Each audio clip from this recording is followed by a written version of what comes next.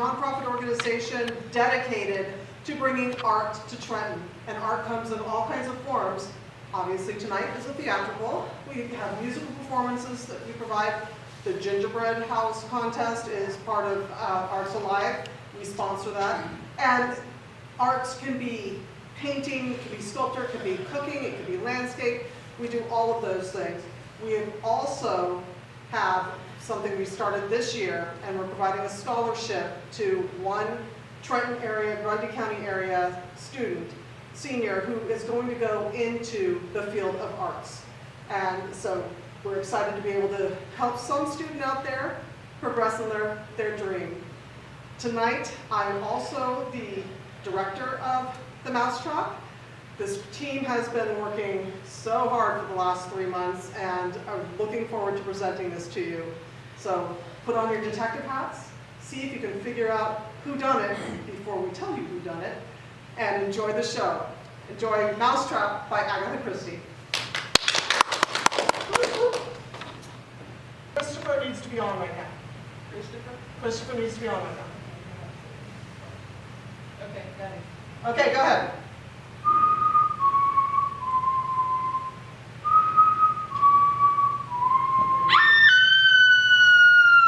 Where did he go?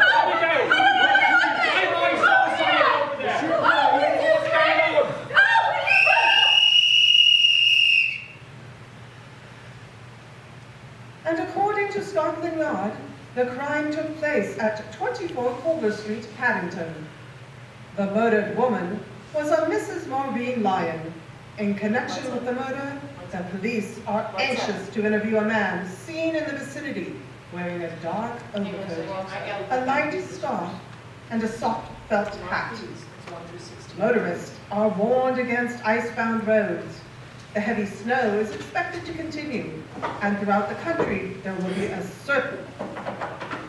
You said 1 through 16? Yes. Mrs. Barlow!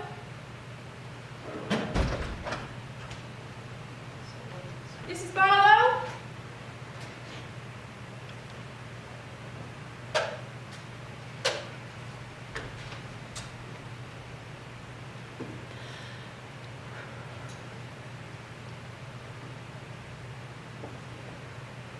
It's cold in here. Is her mic on? No. What we got, Molly? Oh, it really does look nice.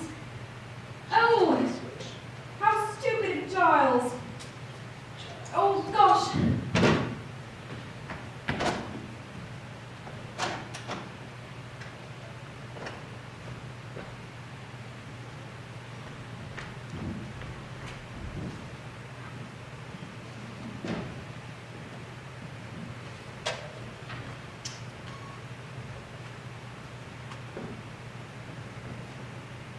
Molly?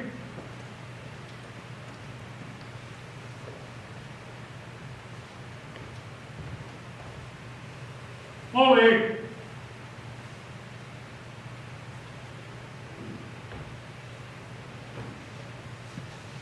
Molly, where are you?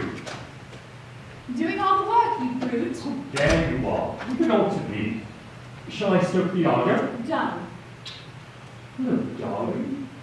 Your nose is cold. I've just come in. Why? Where have you been? Surely you've not been out in this weather. I went down to the village to pick up some stuff I'd forgotten. Did you get the chicken netting? Oh, it wasn't the right cut. Went down to another dump, but that wasn't any good either. Practically a whole day wasted. Oh my God, I'm half frozen. Car was skidding like anything. The snow's coming down thick. When do you bet we're not snowed up tomorrow? Oh, I do hope not. If only the pipes don't freeze. We'll have to keep the central heating well stoked up.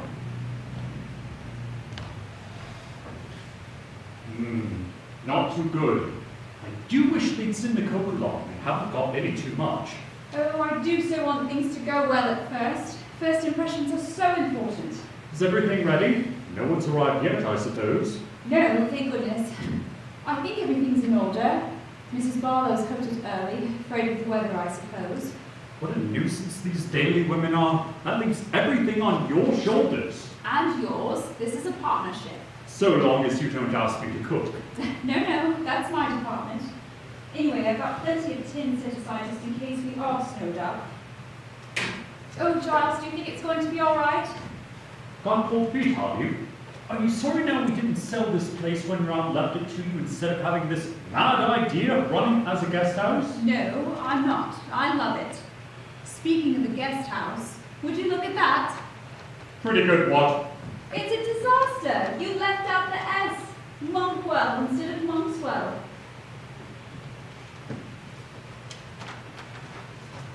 Good Lord! So I did. However did I come to that? But it doesn't really matter much. Monkwell is just as good a name. You're in disgrace. Go and stoke up the central heating. Cross that icy yard? Shall I pick it up for the night now? No, you don't want to do that until 10 or 11 o'clock at night. Oh, Polly. Go on, someone may be here in a minute. Do you have all the rooms worked out? Yes. There's Mrs. Boyle in the front four-poster room, Major Metcalf in the blue room, Miss Casewell in the east room, and Christopher Wren in the oak room. Do you wonder what all these people will be like? Aren't we to have got written in advance? Oh, I don't think so. Even if they wrote from good addresses. Servants with forged references could do that. Some of these people may be criminals hiding from the police. I don't care what they are, so long as they pay us 7 guineas every week. You're such a wonderful woman of businesswoman. And according to Scotland Yard, the crime took place at 24 Culver Street, Paddington. The murdered woman was a Mrs. Maureen Lyon. In connection with the murder, the police are anxious to interview a man seen in the vicinity wearing a dark overcoat, a light scarf, and a soft felt hat. Motorists are warned against ice-bound roads. The heavy snow is expected to continue, and throughout the country there will be a certain freezing, particularly at points of... How do you do? Thank you so much. Weather's simply awful. Taxi gave up at your gate. Wouldn't attempt to drive. No sporting instinct. Are you Mrs. Ralston? Christopher Wren. How do you do, Mr. Wren? You know, you're not as old as I pictured you to be. I've been thinking you as retired general's widow, Indian Army, and that the whole place would just be crammed with bananas grass. But instead, it's heavenly. Quite heavenly. Lovely proportions. Ugh, that's a bake.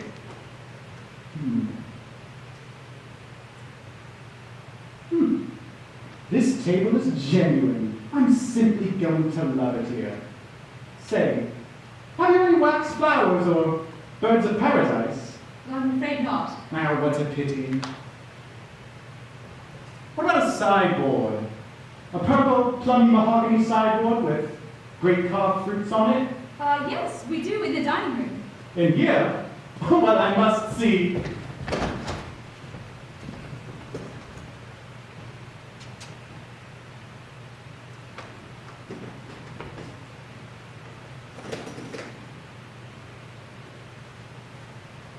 Do come and warm yourself. Absolutely perfect. Real bedrock respectability. But why do away with the center dining table? Little tables just spoil the effect. We thought the guests would prefer them. This is my husband. How do you do? Terrible weather, isn't it? Takes one back to Dickens and Scrooge and that irritating dining term. So bogus. Of course, Mrs. Ralston, you were right about the tables. I was carried away by my feeling for a bit. If you had a center dining table, you'd have to have the right family around it. A stern, handsome father with a beard, a prolific, faded mother, 11 children of assorted ages, a grim governess, and somebody called poor Harriet. The poor relation who acts as general dog's bottom is very, very glad to have been given a home. I'll take these upstairs for you. Oak room, did you say? Yes. I do hope it's got a four-poster with little chintz roses. It hasn't.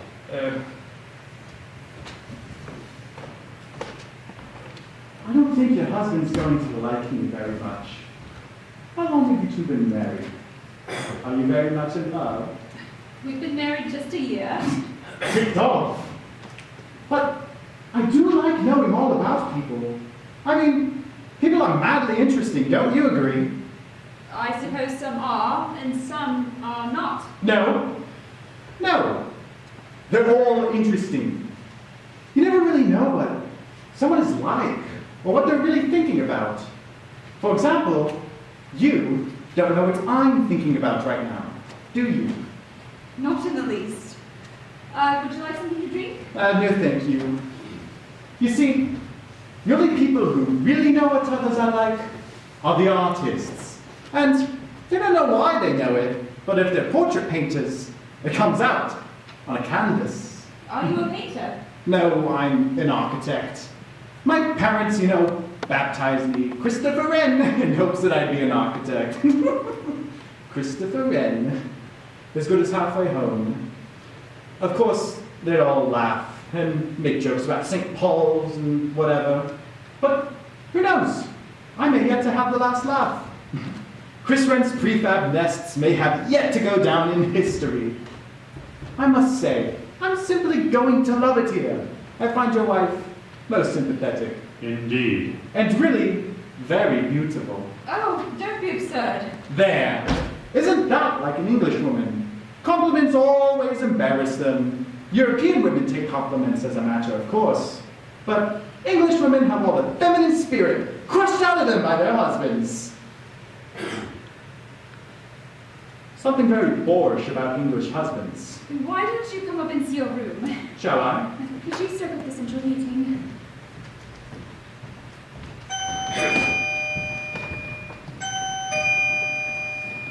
Is Monkswell Manor, I presume? Yes?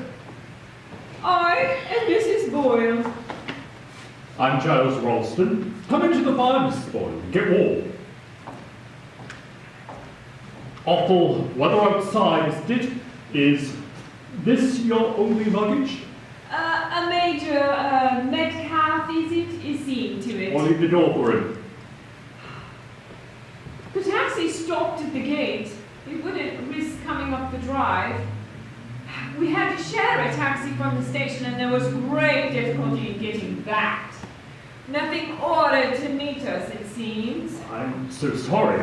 We didn't know what train you'd be coming by, you see. Otherwise, of course, we'd have had someone. All trains should have been met. Let me take your things. My wife will be here in a moment. I'll just go along and give Metcalf a hand with the bags. The drive might at least have been cleared of snow. Most offhand and casual, I must say. Oh, I'm sorry. Mrs. Ralston, Yes. you are very young. Young?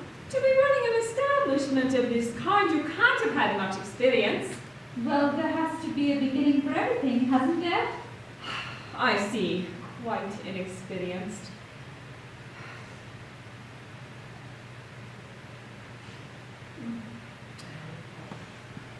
An old house probably has dry rot.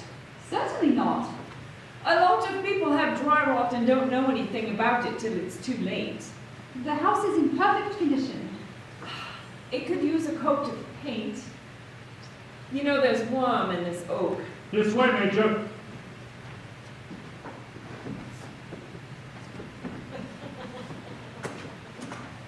This is my wife. How do you do? Absolute blizzard out there. Thought at one time we should make it. Oh, I beg your pardon. Keeps up like this, dare say we'll have 5 or 6 feet of snow by morning. Haven't seen anything like this since I was on leave in 1940. I'll take these upstairs for you. Which rooms did you say? The Blue Room and the Rose Room?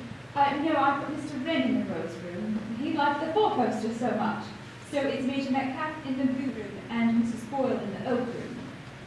Major! Sir!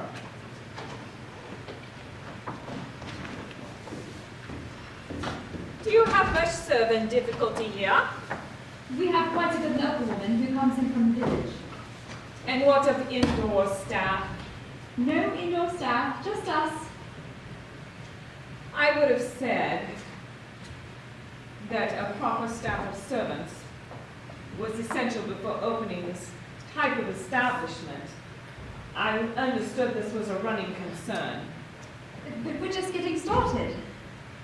Still, a proper staff of servants should have been hired before opening this type of establishment. I consider your advertisement most misleading. May I ask, am I the only guest? Well, with Major Metcalf, that is. Oh no, there are several guests here. I see. And a blizzard, too. All very unfortunate. But we couldn't very well have predicted the weather. The north wind doth blow, and it will bring snow. And what will the robin do then? Poor thing. I adore nursery rhymes, don't you? Always so grim and macabre. That's why children like them. May I introduce Mr. Wren, Mrs. Boyle? How do you do? This is a very wonderful establishment. Don't you think so? I've reached the time of life when the amenities of an establishment are more important than its appearance. If I had not, I understood this was a guest house in full running order. If I had not believed that it was a running concern, I should never have come here. There's no obligation for you to remain here if you're not satisfied, Mrs. Boyle. No, I wouldn't think of doing so. If there's been any misapprehension, it could perhaps be best if you went elsewhere. I could ring up the taxi to return. The roads are not yet blocked. We've had so many applications for rooms, you see, that I'm sure you'll be able to fill your position quite easily. In any case, we're raising our rent next month. Oh, I won't be leaving until I've tried what the place is like. You needn't think you could put me out now. Perhaps you will take me to my bedroom, Mrs. Ralston. Certainly, Mrs. Boyle. Darling, you're wonderful.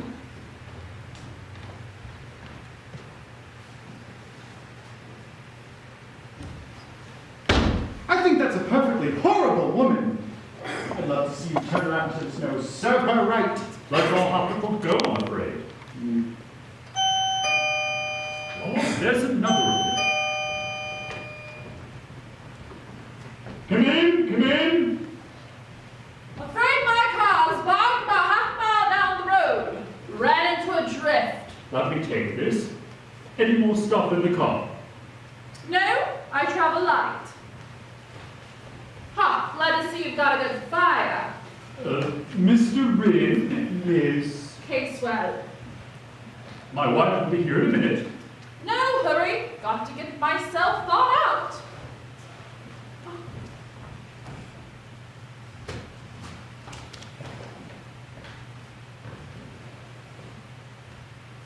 Oh, looks like you're going to be snowed up here.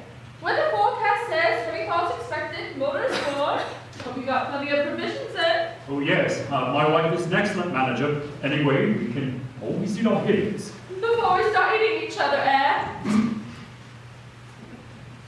Any news in the paper, other than the weather? Usual political crisis, oh yes, and a rather juicy murder. A murder? I like murder. They seem to think it was a homicidal maniac. Strangled woman, someone at Paddington. Sex maniac, I suppose. Doesn't say much, does it? Police are anxious to interview a man seen in the vicinity of Culver Street at the time, with a medium build, wearing a dark overcoat, light scarf, and a soft felt hat. Police messages to this effect have been broadcast throughout the day. Useful description. But pretty well anyone, wouldn't it? When it says police are anxious to interview someone, is that a way of saying that they're the murderer? Could be. Who's the woman who was murdered? Miss Lyon. Miss Maureen Lyon. Down the road. Doesn't say. Doesn't seem to be a robbery either. I told you, sex maniac. This is Miss Casewell, Molly. My wife. How do you do? It's an awful night. Perhaps you'd like to come up and see your room? The water's hot, if you'd like that. You're right, I would.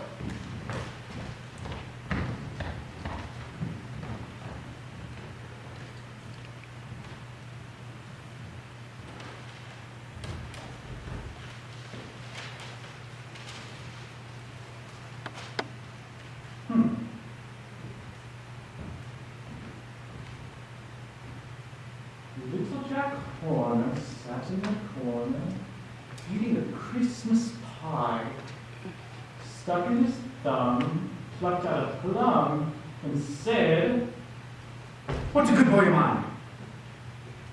eh.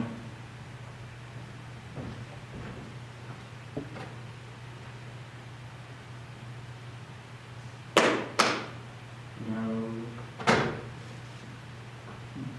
Ring around the rosy, pockets full of posies, ashes, ashes, we all fall down. I've got to go on out to the kitchen and get on with things. Major Metcalf's quite nice. I don't think he'll be difficult. It's Mrs. Boyle that really frightens me.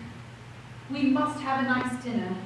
I was thinking about opening 2 tins of minced beef and cereal and a couple of tins of peas and mashing potatoes. And then there's stewed figs and custard. Do you think that will be all right? Oh, yes, I should think so. Not very original, perhaps. Oh, do let me help. I adore cooking. Why not an omelet? You've got eggs, haven't you? Oh, yes, we've got plenty of eggs. We keep a lot of fowls. They don't lay as well as they should, but we've been able to put away plenty of eggs. And if you've got a bottle of cheap, well, any kind of wine, you can mix it with the minced beef and cereals, did you say? Give it continental flavor. Show me to the kitchen and dare say I'll have an inspiration. Let's go. Tosser.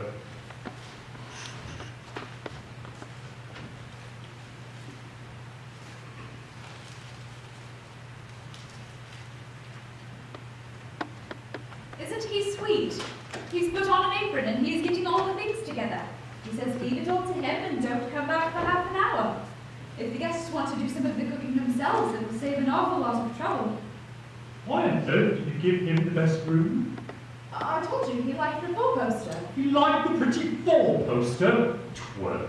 Giles, I'm no use for that kind. You didn't handle the suitcase, I did. has it got bricks in it? It was no weight at all. If you ask me, there was nothing inside it. It's probably one of those young men who goes about bilky hotel keepers. I don't believe it. I like him. Miss Casewell's rather peculiar, don't you think? Terrible female. If she is female. It seems rather hard that all of our guests should be either unpleasant or odd. But I think Major Metcalf's all right, don't you? Probably drinks. Oh, you think so? No, I don't. I was just feeling rather depressed. At any rate, no worse now. They've all arrived. Who could that be? Probably the Culver Street murderer. Oh, don't. Oh, 1,000 pardons. I am, where am I? Well, this is Monkswell Manor Guest House. Oh, what a stupendous good fortune, madam. Answer to a prayer. A guest house. And a charm. Oh.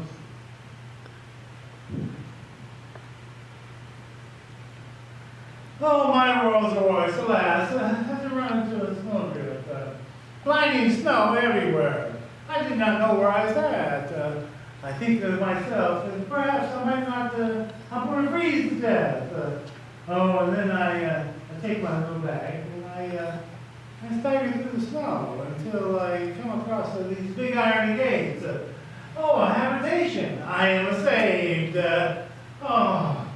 And then I fell twice in the snow as I came up your drive. But finally, I arrived. And immediately, my despair turned to joy. Did you have No, you're fine, you're fine, okay.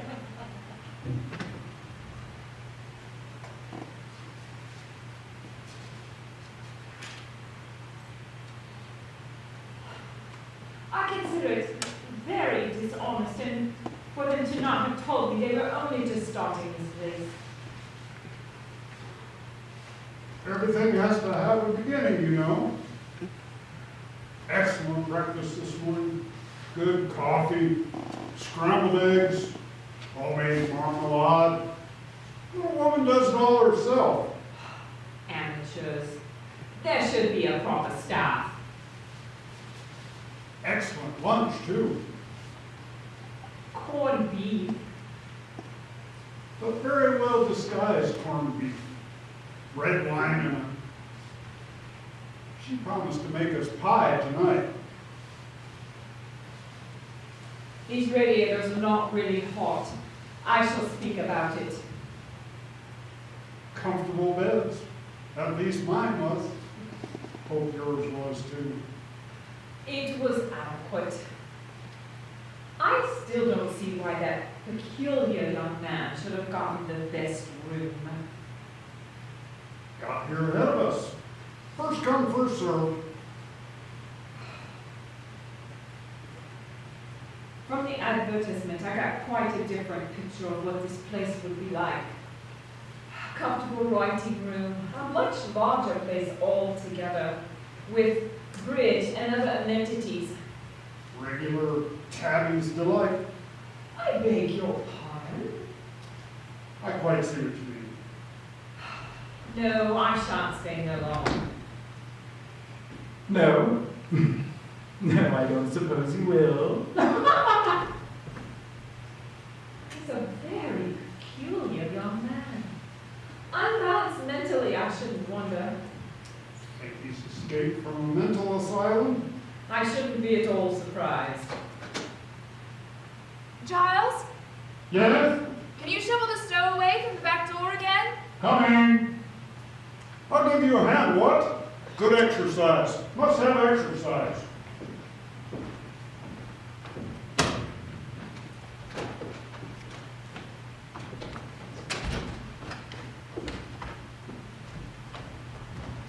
Sorry, that's all right.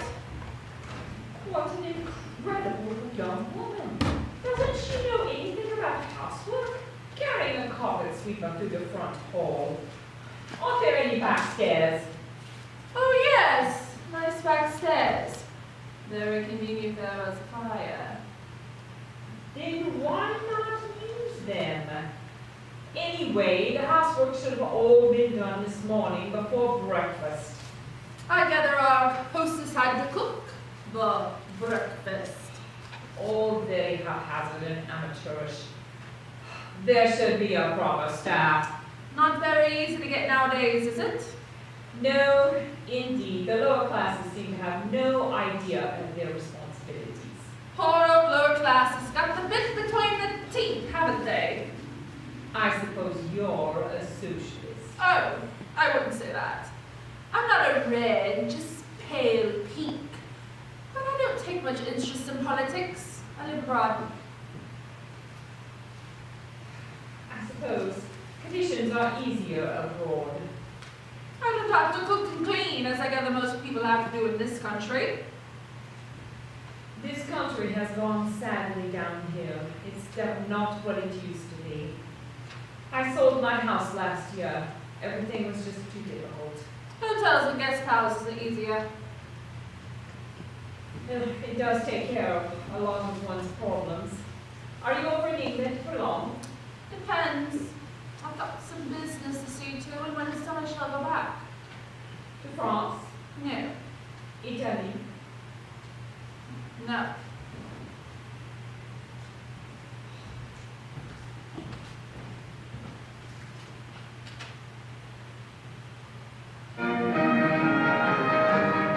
would you mind not having that quite so loud? I always find it distracting when one is trying to write letters. Do you? If you don't particularly want to listen to it right now, It's my favorite music. There's a writing table in there. I know, but it's warmer in here. Much warmer, I agree.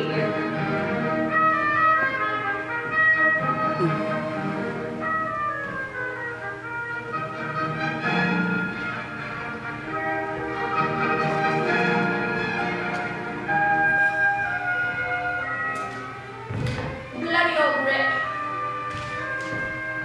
Oh, Hello.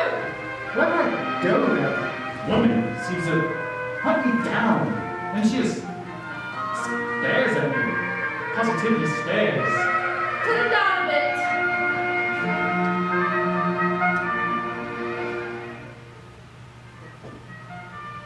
Is this good?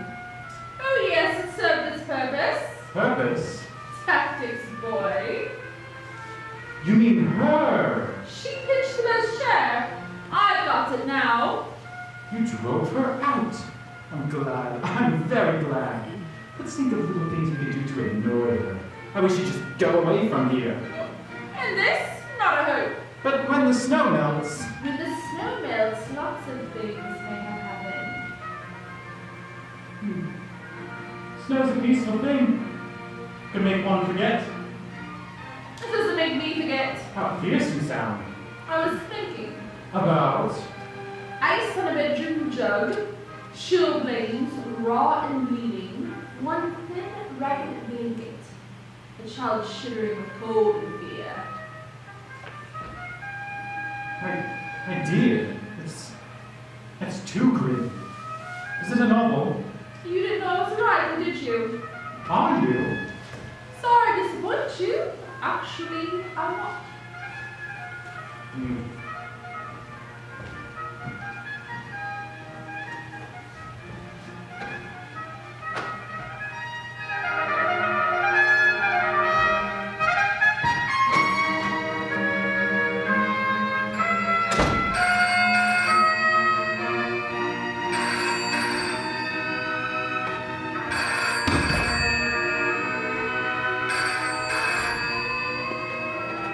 Yes?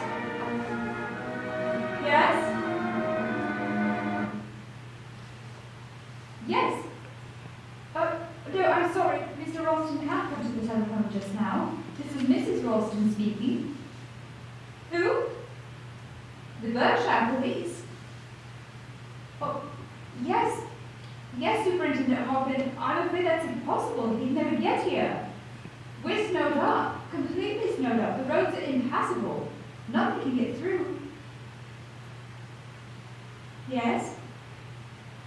Very well. But what? Hello? Hello?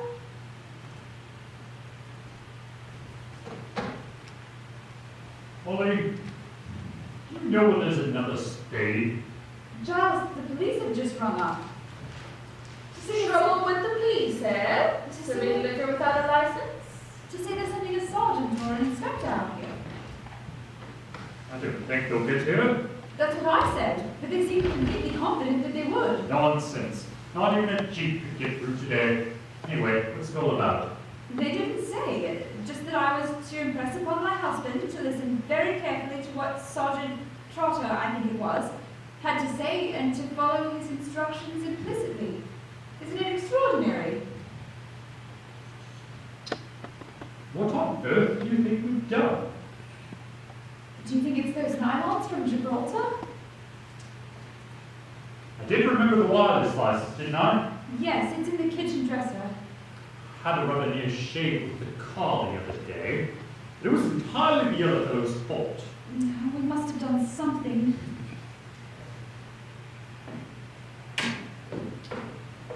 I expect it was something to do with running this place. Probably ignoring some tin pot regulations some ministry or other. Practically can't avoid it nowadays. I wish we'd never started this place. We're going to be snowed up for days, everyone is cross, and we're going to go through all our reserve of tins. Oh, cheer up, darling. Everything's going all right in the moment. I've filled up all the coal scuttles. I've brought in wood. I've stoke the arbor at the other ends. I'll do the boiler next and chop some kindling.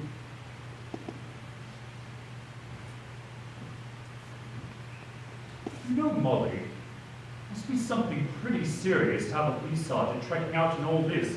Must be something. Ah, there you are, Mr. Ralston. Did you know that the central heating in the library is practically stone cold? I'm so sorry, we're a bit short of coke. I am paying 7 guineas a week. 7 guineas, and I do not want to freeze. I'll go stoke it out. Oh, Mrs. Ralston, that is a very peculiar young man you have staying here. His manners and his ties. Does he even brush his hair? He's an extremely brilliant young architect. I beg your pardon. Christopher Wren is an architect. Oh, my dear young woman, of course I have heard of Sir Christopher Wren, and he was an architect. He built St. Paul's, after all. You young people seem to think no one is educated but yourselves. I meant this Wren. His name is Christopher. His parents named him that because they wanted him to become an architect. And he is one. Or nearly so. So it turned out all right. Sounds like a fishy story to me. I should make some inquiries into him if I were you. What do you actually know about him? Just about as much as I know of you, Mrs. Boyle. And that's that you are both paying us 7 guineas every week. And that's all I really need to know. And all that concerns me. It doesn't matter whether I like my guests or whether I don't. You are young and inexperienced and should welcome advice from someone more knowledgeable than yourselves. And what of this foreigner? What about him? Do you know anything about him? To turn away a bona fide traveler is against the law, Mrs. Boyle. You should know that. Why would you say that? Weren't you a magistrate sitting on the bench? Well, all I can say is that this Parcheesi, or whatever his name, Beware, dear lady. You talk to the devil, and here he is. I didn't hear you come in. No. Nobody hears me if I do not. I came in on tiptoe. And nobody hears me when I come in if I do not want to. I find that to be very amusing. Indeed. Now, there was this young lady. Well, I must see if the drawing room is warmer and get on with my writing.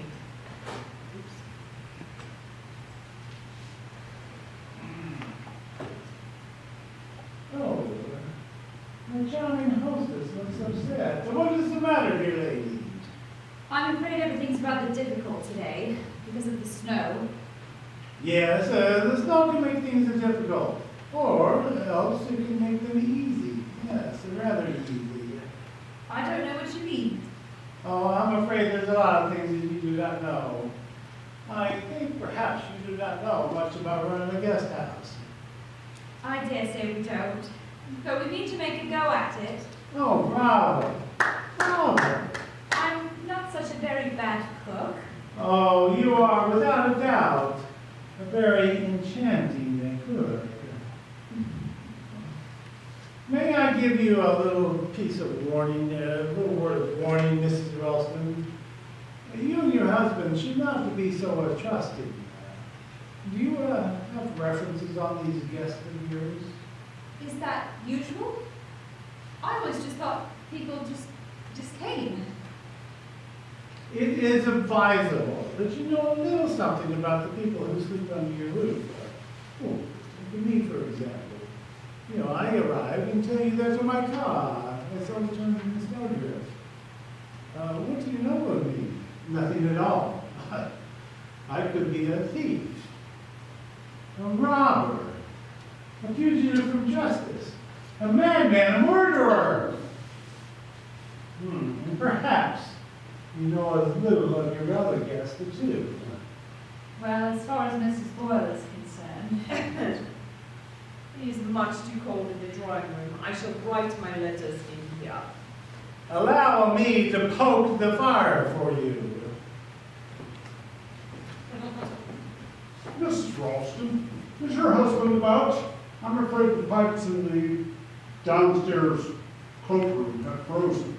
Ugh, what an awful day. First the police and now the pipes. Police! Please, you say? They rang up just now to say they're sending a sergeant here. But I don't think he'll ever get here. A ruddy Coke is more than half stones, and the price. Hello, is anything the matter? I hear the police are on the way. Why? Oh, that's all right. Nobody can get through in this. Why? The troops must be 5 feet deep. Nobody will get here today. Excuse me, Mr. Paracini. May I set these down? Oh! Are you Mr. Ralston? Yes. Thank you, sir. Detective Sergeant Trotter, Berkshire Police. Can I get these keys off the stove? What? Go round that way to the front door. I'll meet you. Thank you, sir. I suppose that's what our tax dollars are going for now. What we're paying the police for, to go around enjoying out-of-door sports. Why did you send them for the police, Mrs. Ralston? But I didn't. Who is that man? Where did he come from?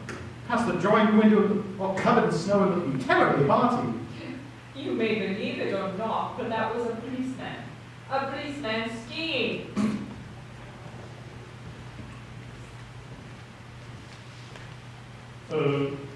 This is Detective Sergeant Trotter. Good afternoon. You can't be a sergeant, you have a beard. The regulations have changed, ma'am. You look terribly hearty.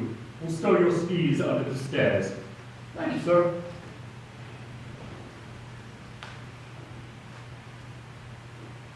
Mrs. Ralston, may I use your telephone? Of course, Major Metcalf. He's a very attractive man, don't you think so? I always find the police quite attractive. No brains. One can see that at a glance.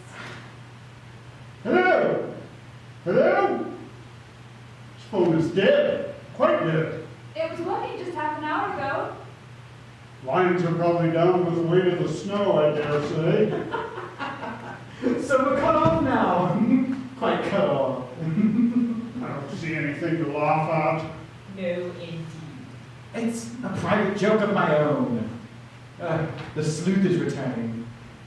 Now we can get down to business. Mrs. Ralston, Mr. Ralston. Would you like to see Sloane? If so, we can go to the library. It's not necessary. It'd be better if everybody's present. May I sit at this table? Certainly. Thank you, sir. Oh, do hurry up and tell us. What have we done? Done? Oh, it's nothing of the kind. It's more a matter of police protection, if you understand me. Police protection? It relates to the death of Mrs. Lyon, Mrs. Maureen Lyon of 24 Culver Street, London, who was murdered yesterday, the 15th instant. You may have heard or read about the case. Yes, I heard about it on the wireless. The woman who was strangled? Yes. The first thing I want to know is if any of you were acquainted with Mrs. Lyon. Never heard of her. You may have known her as Lyon. Lyon wasn't her real name. She had a police record and her fingerprints were on file, so we were able to identify her without difficulty. Her real name was Stanning, Maureen Stanning. Her husband was a farmer, John Stanning, who resided at the Long Ridge Farm, not very far from here. Long Ridge Farm? Was that with those children? Yes, the Long Ridge Farm case. 3 children.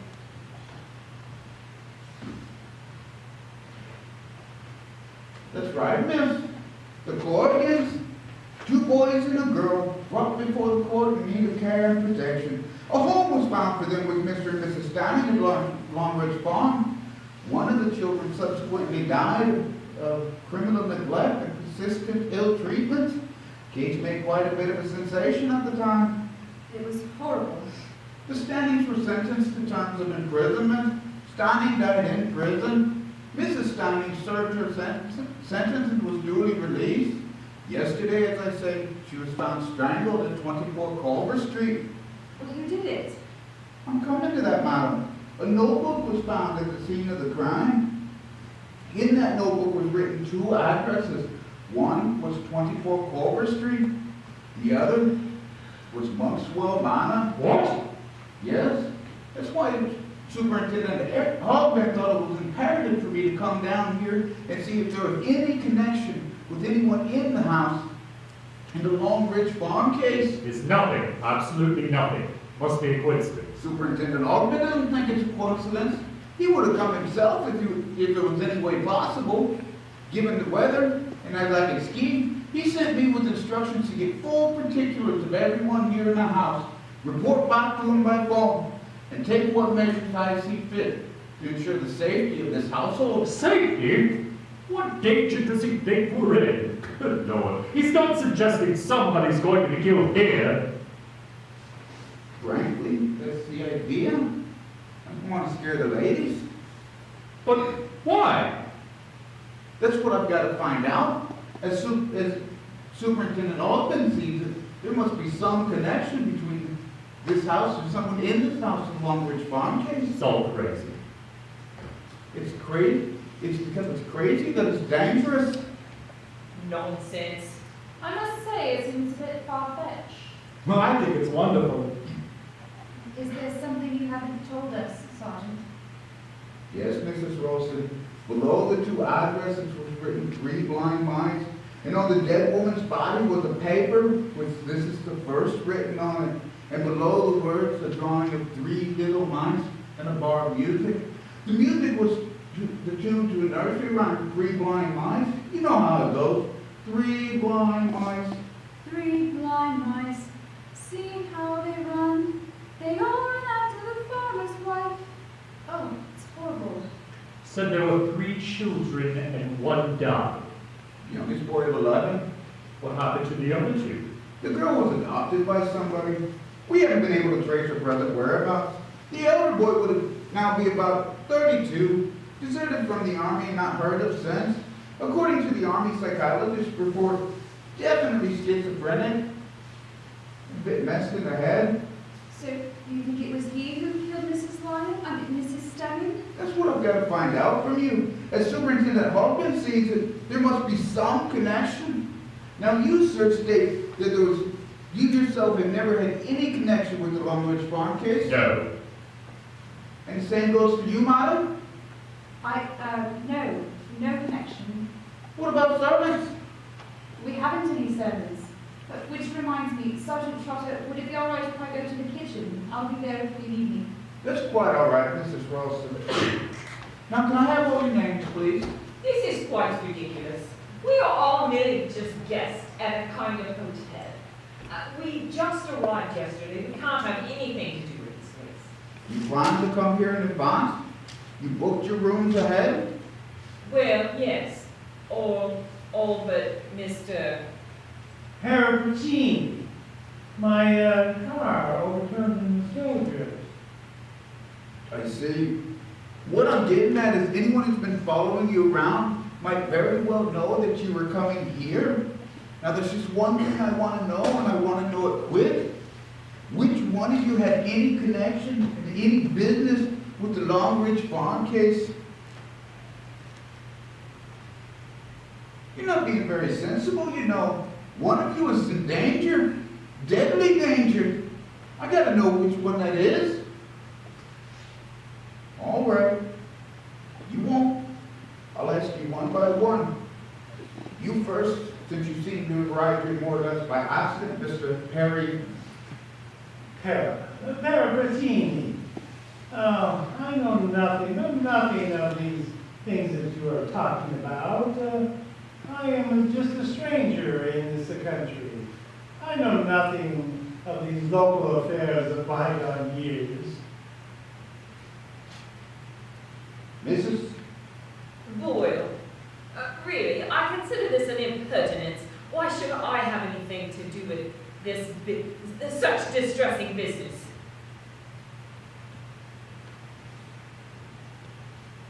Miss? Casewell. Leslie Casewell. I've never heard of Long Ridge Farm and I know nothing about it.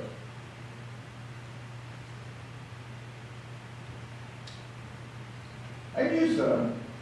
Metcalf, Major. Read about him in the paper this time. He's stationed in Edinburgh. No personal knowledge. And you? Christopher Wren. I was only a child when I heard about it. No, I don't remember.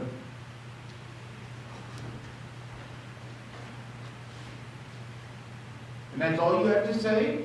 Any of you? Well, if one of you guys gets yourself murdered, you'll have yourself to blame. Now, Mr. Ralston, can I have a look around the house?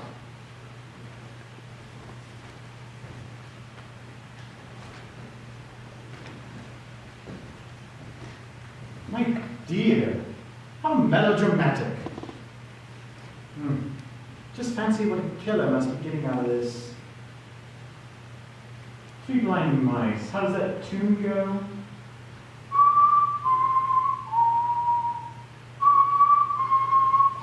Really, Mr. Wren? Don't you like it? It's just a signature tune. The signature of the murder. Melodramatic rubbish. I don't believe a word of it. Don't you, Miss Boyle? Well, just you wait till I creep up behind you and feel my hands on your hero. Stop! That'll do, Christopher. It's a poor joke. In fact, it's not a joke at all. But it is. It's the madman's joke. So it makes it so deliciously macabre. You can just see all your faces. Singularly ill-mannered and neurotic young man. Where's Giles? Taking our policeman on a conducted tour of the house. Your friend, the architect, is behaving in a most unusual manner. Young fellow seems a bit nervy nowadays. Dare say he'll grow out of it. Nerves. I haven't got patience for anyone who says they have nerves. I don't have any nerves. No, perhaps that's just as well for you, Mrs. Boyle. Why do you say that, Major? You were a magistrate on the bench. In fact, you were responsible for sending those children to Long Ridge Farm. Major Metcalf, I can hardly be held responsible. We had reports from welfare workers that the farm people were very, very well spoken. They were very eager to have the children, fresh milk and eggs, a healthy outdoors life. Kicks, blows, starvation? Truly a vicious couple. But they were very civilly spoken. Yes, I was right. It was you. One tries to do their civic duty, and all one gets in return is abuse. You must all forgive me. I find all this very amusing. Oh, I enjoy myself greatly. I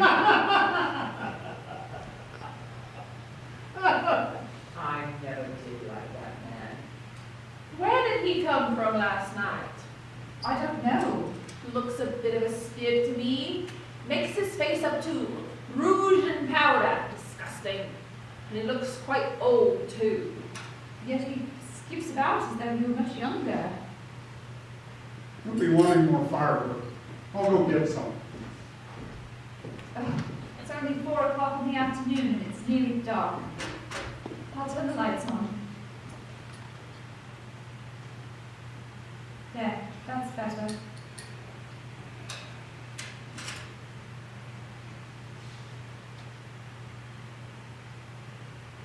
Where did my pen get to?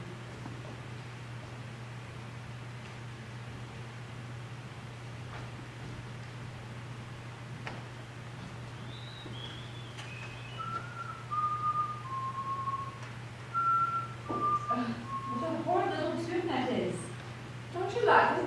Reminds you of your childhood? Perhaps an unhappy childhood?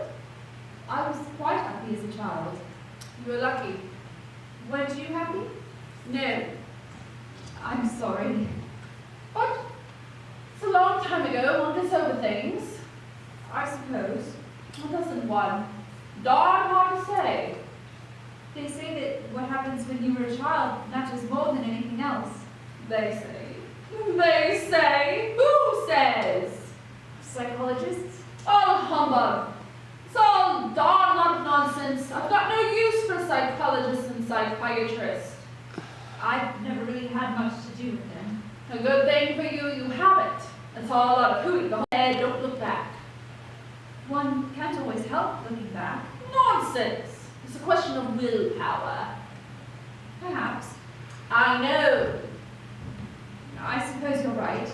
But sometimes things happen to make one remember. Don't give in. Turn your back on them. Is that really the right way? I wonder. Perhaps one really ought to face them. Depends what you're talking about. Sometimes I hardly know what I'm talking about. Nothing from the past is going to affect me, except in the way I want it to. Everything's all right upstairs.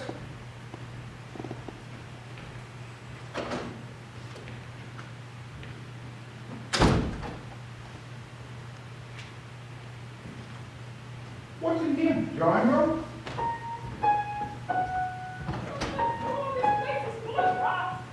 I'm sorry, Mom. I've got to delay the line. Needs to be on there.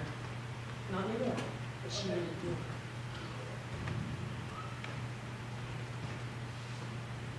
Molly, what is all this? Well, that completes the tour. Nothing suspicious. I think I'll make my report to Superintendent Altman now. Oh, but you can't telephone when the lines are down. What? Since when? Major Metcalf applied it just after you arrived. Well, it was all right earlier. Superintendent Altman got through. Yes, I suppose since then the snow has got the lines down. I wonder if it's been cut. Cut? But who could have cut it? Just how much do you know about the people staying in your guest house, Mr. Ralston? We really don't know anything about them. Mrs. Boyle wrote from a Bournemouth hotel. Metcalf wrote from an address in, where was it? Leamington. Wren wrote from Hampstead, and the Casewell woman from a private hotel in Kensington. Still, I suppose they have ration books. Pavicini turned up out of the blue last night. I'm not sure you get into all of that, of course. But there's not much reliance to be placed on that kind of evidence. But even if this crazy killer was trying to get here and kill us all, or one of us, we're quite safe now because of the snow. No one can get here until it melts. Unless he's already here. You're already. Why not, Mr. Ralston? All these people arrived here yesterday evening, hours after the murder. Plenty of time to get here. But except for Pavicini, they all booked beforehand. Why not? These crimes were planned. Crimes? Look, there's only been one crime in Culver Street. What makes you sure another's going to happen here? That it'll happen here? No, I hope to prevent that.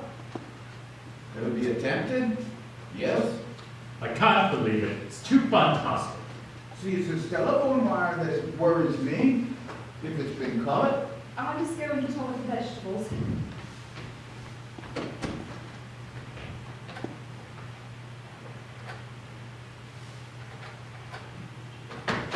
Is there an extension? I beg your pardon, did you say something? Yes. Is there an extension? Yes, in the bedroom. Will you go up there and try it for me?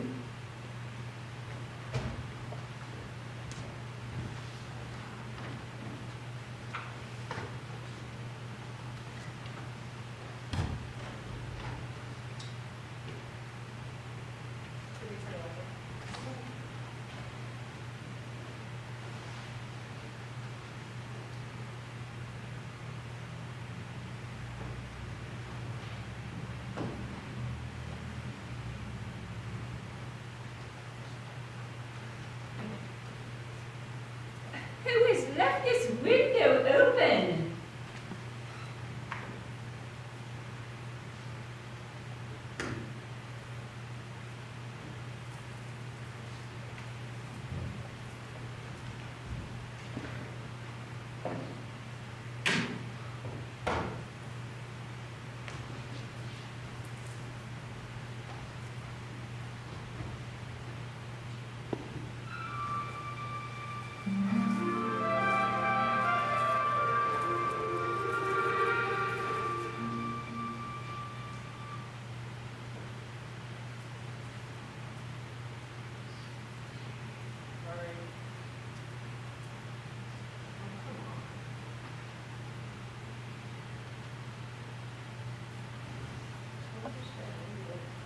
it's not working. To understand what I may term as the mechanics of fear, you have to study the precise effect produced on the human mind. Imagine, for instance, that you are alone in a room. It is late in the afternoon. A door opens softly behind you. To understand what I may term as the mechanics of fear, we have to study the precise effect produced on the human mind. Imagine, for instance, that you are alone in a room. It is late in the afternoon. A door opens softly behind you. You thought you were alone. You want to turn and look, but you are afraid to move. Your heart rate quickens. Oh, it's only you. I can't find a program to listen to on the radio.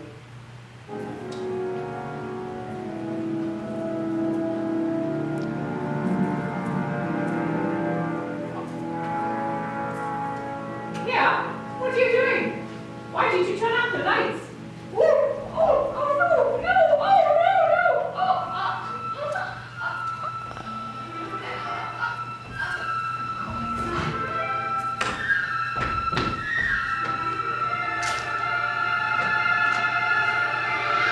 Why is it on top? Lights on? What a noise!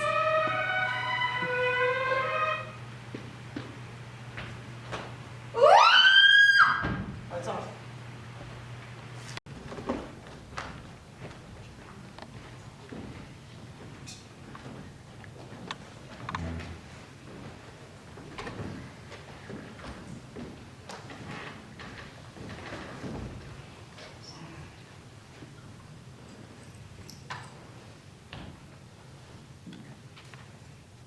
Come on, Mrs. Ralston, think! I can't think. My head is numbed. Mrs. Boyle had just been killed. You came from the kitchen. Are you sure you didn't hear or see anything along the way? Just the radio blaring out in here. I couldn't think who turned it on so loud. I wouldn't hear anything else but that, would I? There may have been a murderer's intent, or murderess. How could I hear anything else? You might have done.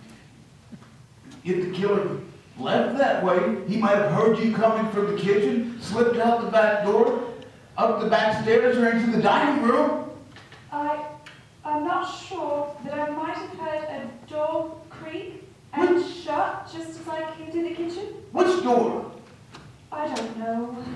Think, Mrs. Ralston. Think! Upstairs, downstairs, close at hand, left, right. I don't know, I tell you. I'm not sure I heard anything. Can you stop bullying her? Can't you see she's all in? We're investigating a murder, Mr. Ralston. Up till now, nobody's taken me seriously. Mrs. Boyle didn't. Mrs. Boyle is dead.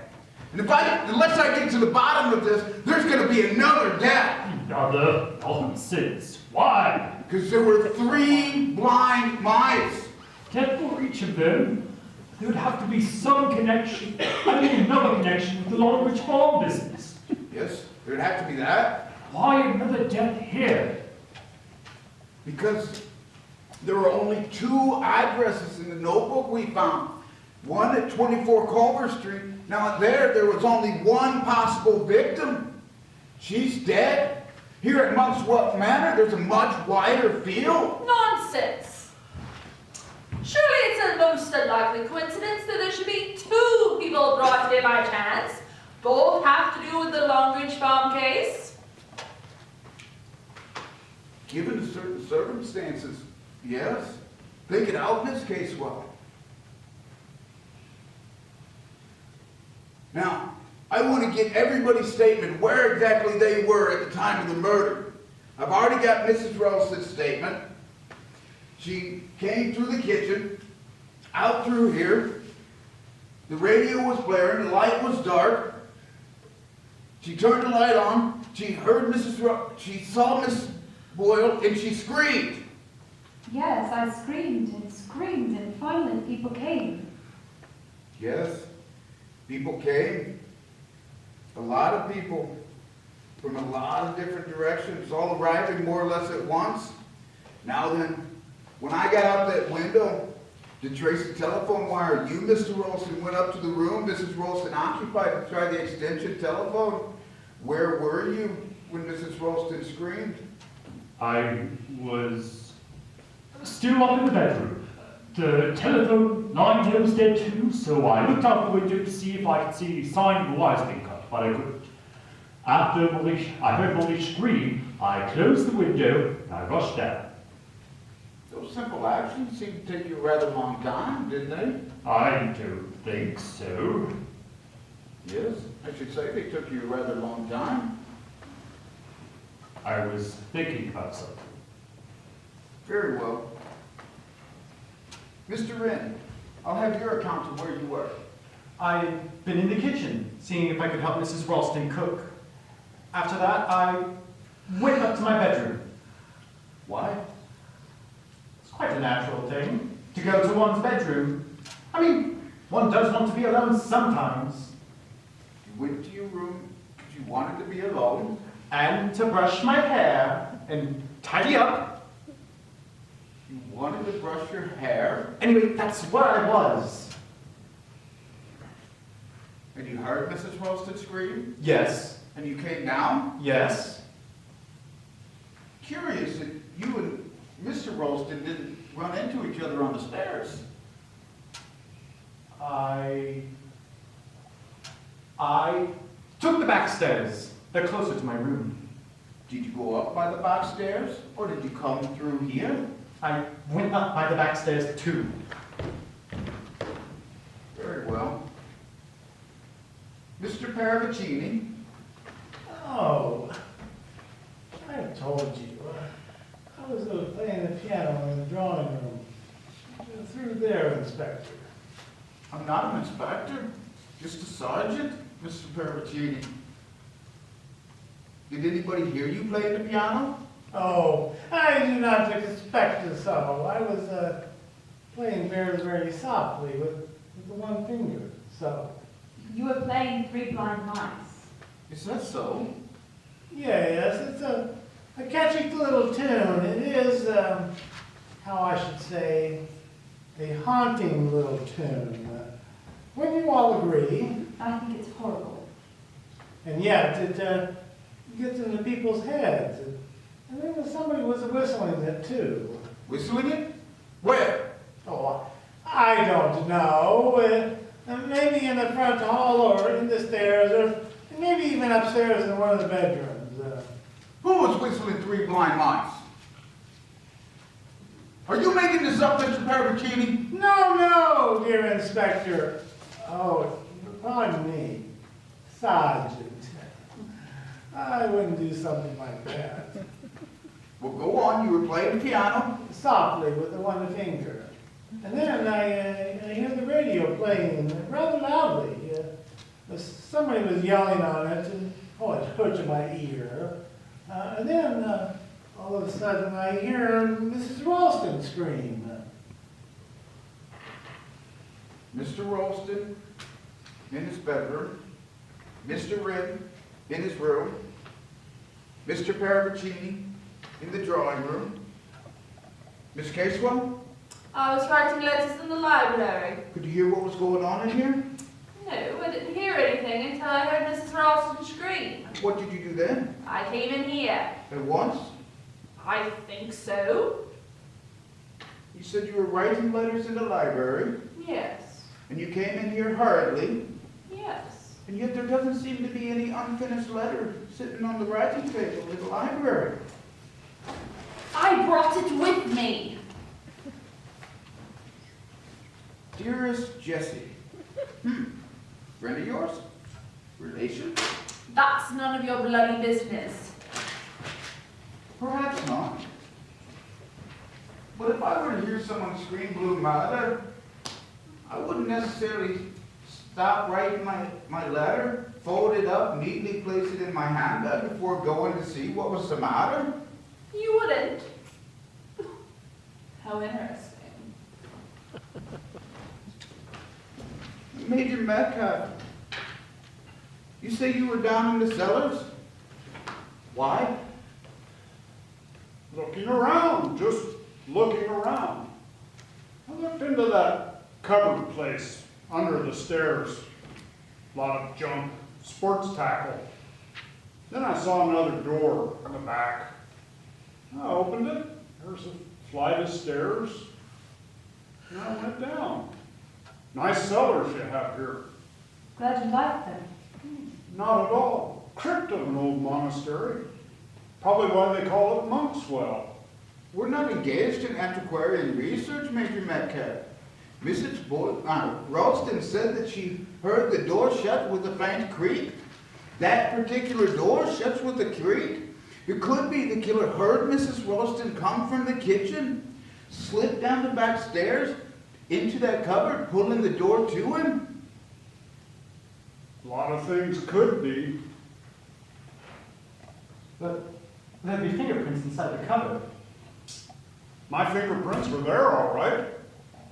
Most criminals are smart enough to wear gloves, aren't they? Quite so, but all criminals mess up sooner or later. But, Sergeant, is that really true? Look here, we're wasting time. We Please, need Mr. Ralston, I'm in charge of this investigation. Very well. Mr. Ralston! Thank you. We've got to establish opportunity as well as motive. And let me tell you this, you all had opportunity. No one say here. There are two staircases. Anyone could go up by one and come down by the other. Anyone could go down the cellar doors and come up the flight of steps that leads through the trap door at the foot of the stairs over there. The vital fact is you all were alone at the time of the murder. But look here, Sergeant, you speak as though we're all under suspicion. That's absurd. You know very well who it is who murdered that woman at Culver Street. A mentally abnormal young man who would now be about 33 years of age. One of the oldest of the 3 children at the Longridge Farm? Well, oh, dash it all, there's only one person here who fits the bill. It's not true. It's not true. You're against me. Everyone's always been against me. You're gonna frame me for murder. It's persecution. It's persecution. Steady, Rod. Steady. It's all right, Chris. Tell him you're not going to arrest him. I'm not going to arrest anybody. I've got to have evidence to do that. I haven't got any evidence yet. Look here, I think you're crazy, Molly, and you too. There's only one person here who fits the bill, and if only as a safety measure, he ought to be put under arrest. It's only fair for the rest of us. Wait, Giles, wait. Sergeant Trotter, can I speak to you for a moment? Yes, Mrs. Ralston. Now, will you all please go into the dining room?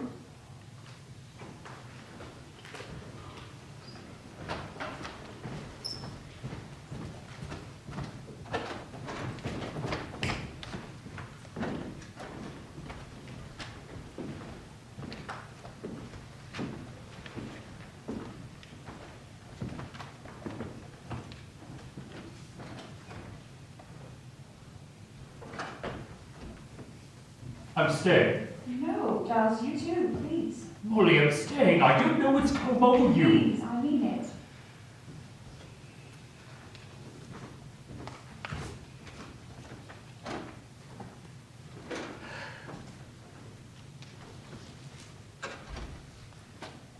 Yes, Mrs. Ralston. What is it you wanted to say to me?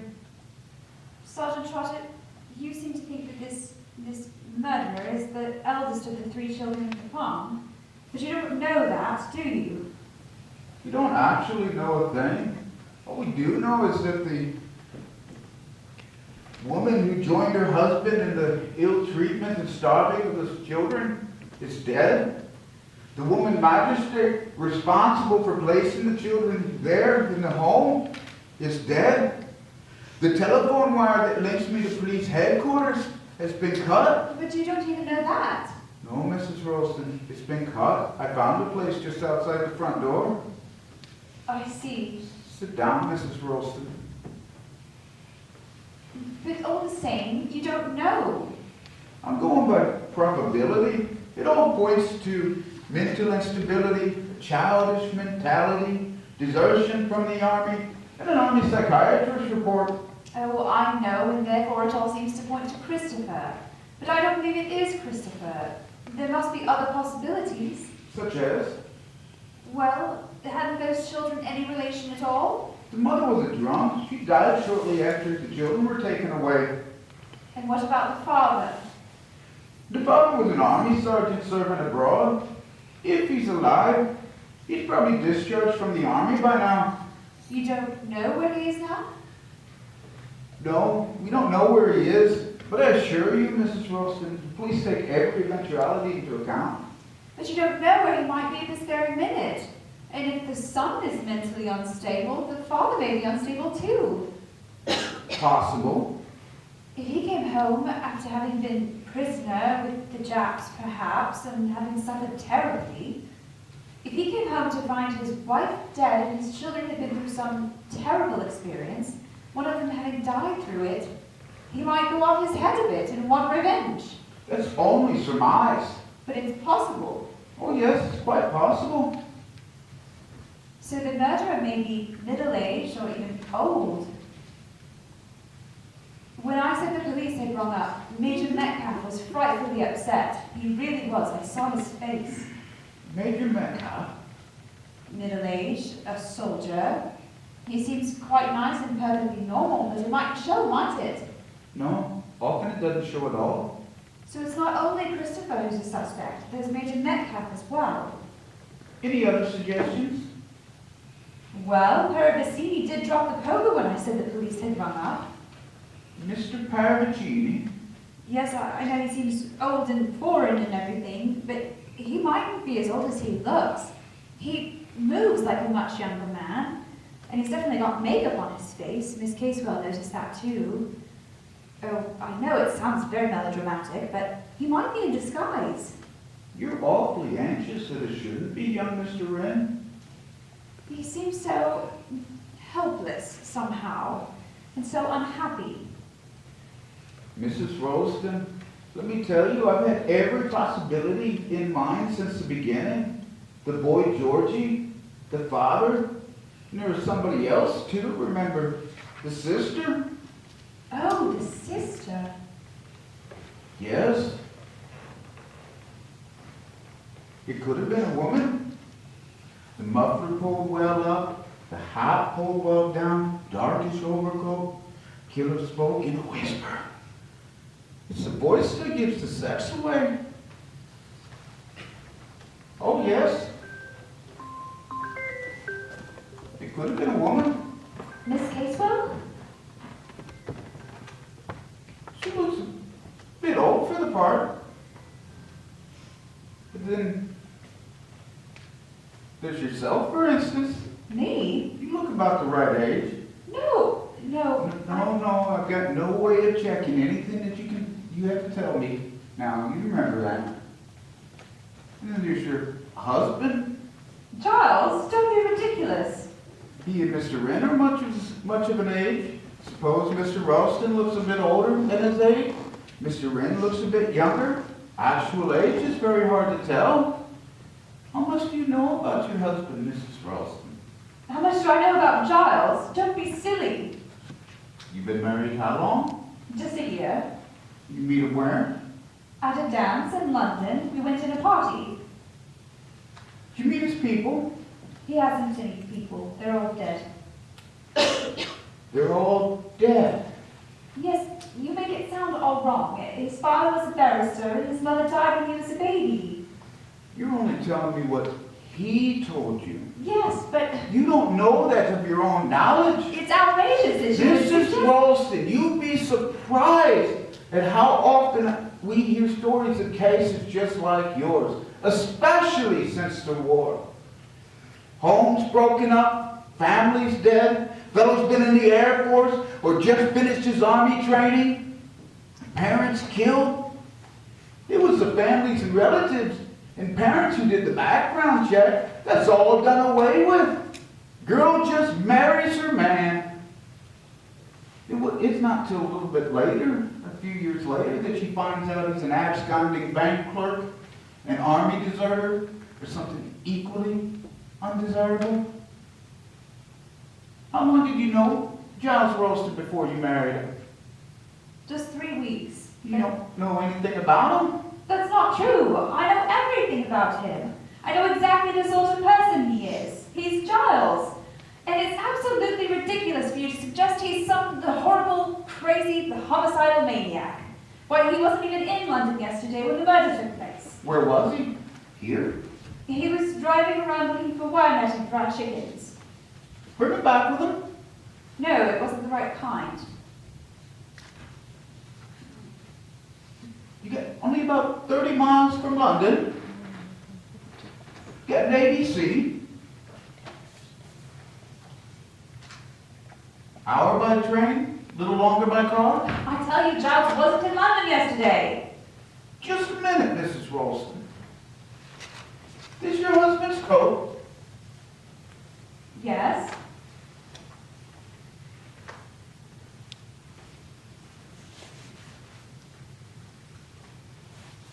Evening news, bought yesterday afternoon about 3:30 on the streets. I don't believe it. Don't you? Don't you?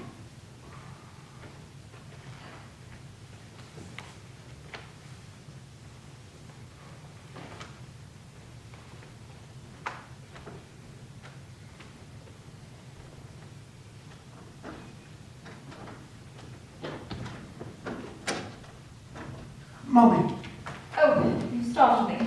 where is he? Where's he gone? Who? The sergeant. Oh, he went that way. If only I could get away from here somehow, some way. Is there any way I could hide in the house? Hide? Yes, from him. Why? My dear, they're all so frightfully against me. They're going to say I committed these murders, especially your husband. No, don't worry about him. Besides, you can't go on running from things all your life. Can't just say that.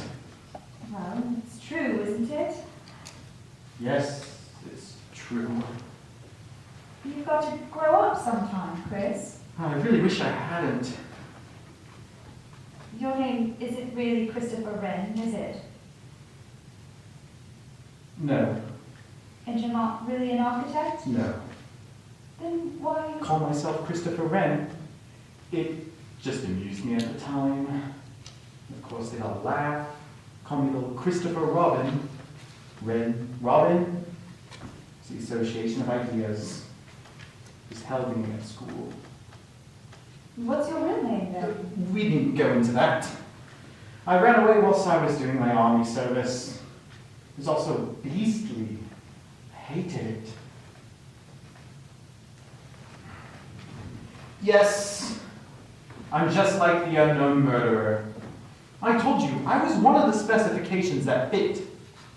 You see, my mother,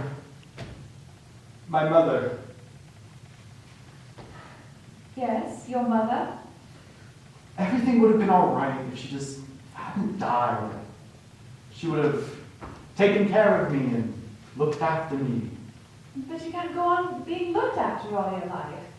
Things happen. You've got to bear them and go on just as usual. One can't just do that. Yes, one can. You mean, you have? Yes. Well, what was it? Was it something bad? Something I've never forgotten. Was it to do with Giles? No, it was long before I met Giles.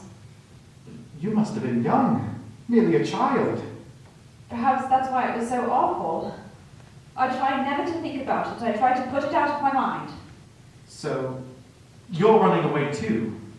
Running away from things instead of facing them? I suppose, in a way, I am. You know, considering we had never met until yesterday, you and I seem to know each other rather well. Yes, it's rather odd, isn't it? I don't know. I suppose there's a sort of sympathy between us. Anyway, you think I ought to stick it out? Frankly, what else can you do? I might try to pinch the sergeant's skis. I can ski quite well. That would be frightfully stupid. That would be almost like admitting you're guilty. Sergeant Trotter already thinks I'm guilty. No, he doesn't. I don't know what he thinks.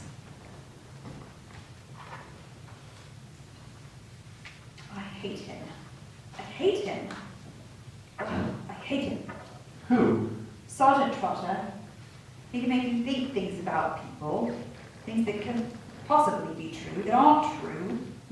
What's all this? I don't believe it. I won't believe it. What won't you believe? Come on, out with it. You see this? Yes. What is it? Yesterday's evening paper. A London paper. And it was in Giles's cup, its overcoat pocket. But Giles didn't go to London yesterday. Well, if he was here all day... But he wasn't. He was driving around looking for wormers and for our chickens. But he couldn't find any. Well, that's all right. Maybe he did go up to London after all. But then why not say he did? Why pretend he'd been driving around all day in the countryside? Or maybe with the news of the murderer. But he didn't know about the murder. Or did he? Did he? Good Lord, Molly. Surely you don't think... The sergeant doesn't think... I don't know what the sergeant thinks. He puts things into your head. You begin to ask yourself questions and begin to doubt. You start to think that someone you love and know well might be a stranger. That's what happens in a nightmare. You're somewhere surrounded by friends, and then suddenly you look at their faces and they're not your friends any longer. They're just different people pretending. Perhaps you can't trust anybody. Perhaps everybody's a stranger. Molly...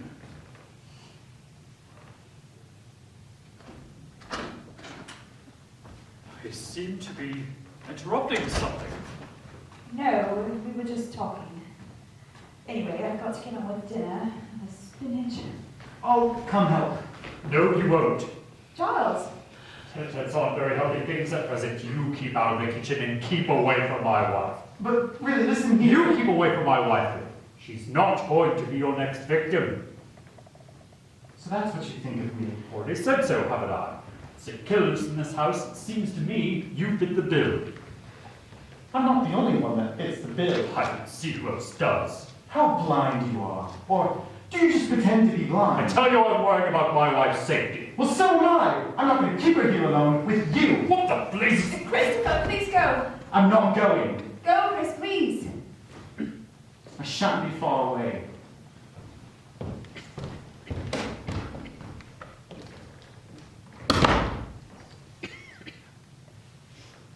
What is all this, Molly? You must be crazy. Perfectly prepared to shut yourself up in the kitchen with a homicidal maniac.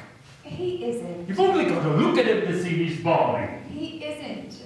Giles, he isn't dangerous. I know if he was dangerous. Besides, I can take care of myself. That's what Mrs. Boyle said. Oh, Giles, don't. Look here. What is there between you and that wretched boy? What do you mean between us? I'm sorry for him, that's all. Perhaps you've met him somewhere before. Perhaps you suggested to him to come here. You would all pretend to meet for the first time. All cooked up between you. Was it? Giles, have you gone out of your mind? How dare you suggest these things?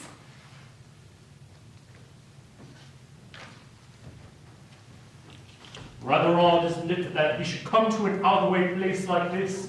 No odder than that Mrs. Boyle or Major Metcalf or Miss Casewell would? I read once in a paper that these homicidal cases were able to attract women. Looks as though it were true. When did you first know him? How long has this been going on? Giles, you're being absolutely ridiculous. I never laid eyes on Christopher Wren until he arrived yesterday. That's what you say. Perhaps you've been running to London to meet him on the sly. You know perfectly well I haven't been to London for weeks. You haven't been to London in weeks. Is that so? What on earth do you mean? It's quite true. Is it? Then what is this? This is one of the gloves you were wearing yesterday. I picked it up yesterday. You see what's inside it? Oh, A London bus ticket. that. So it seems you didn't normally go to London. Rather, you didn't normally go to the village. You went to London as well.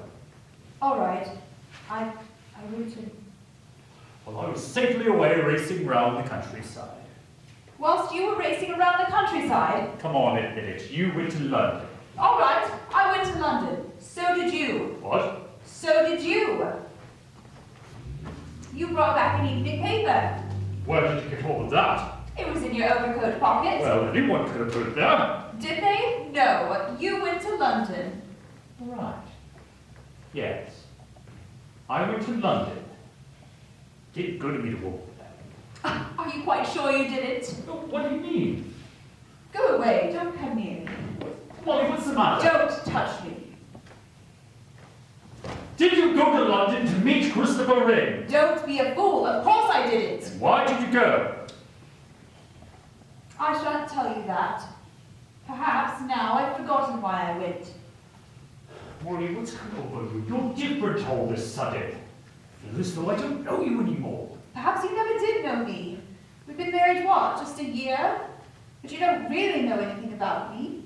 What I'd done, or thought, or felt, or suffered before you knew me. Molly, you're crazy. All right, I'm crazy. Why not? Perhaps it's fun to be crazy. What the blazes are you doing? Now, I hope you younger people are not both saying a little bit more than you mean.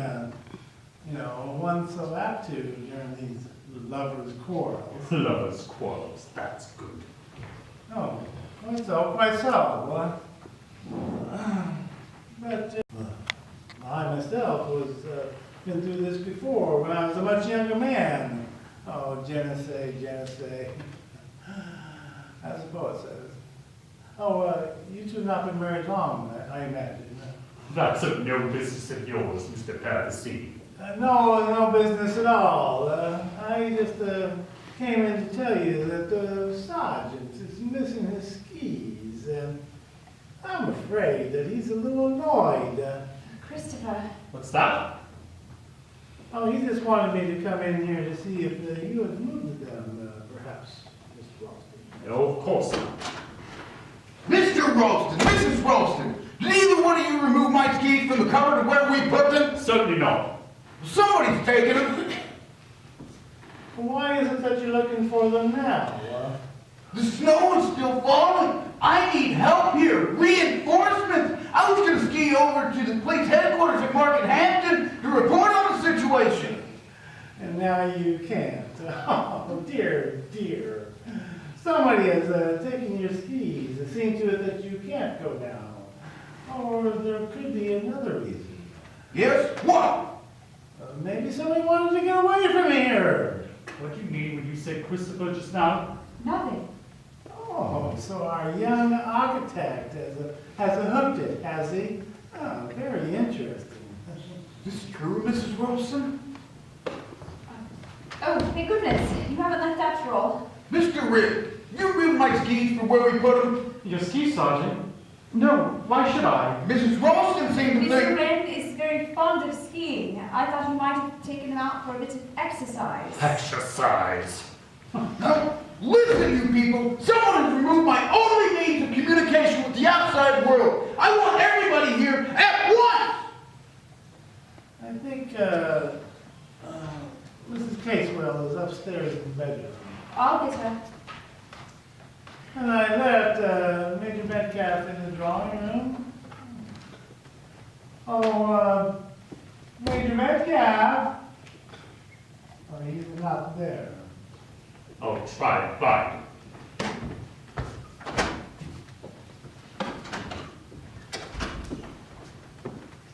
Hello, wanting me? It's a question of my skis. Skis? Mr. Ralston? Did either of you two see my skis when you passed by the cupboard? Good Lord, no. Why should I? No, I didn't touch them. Which way did you go to your room? By the back stairs. Did you see them when you passed through? If you say so, I've no idea where your skis are.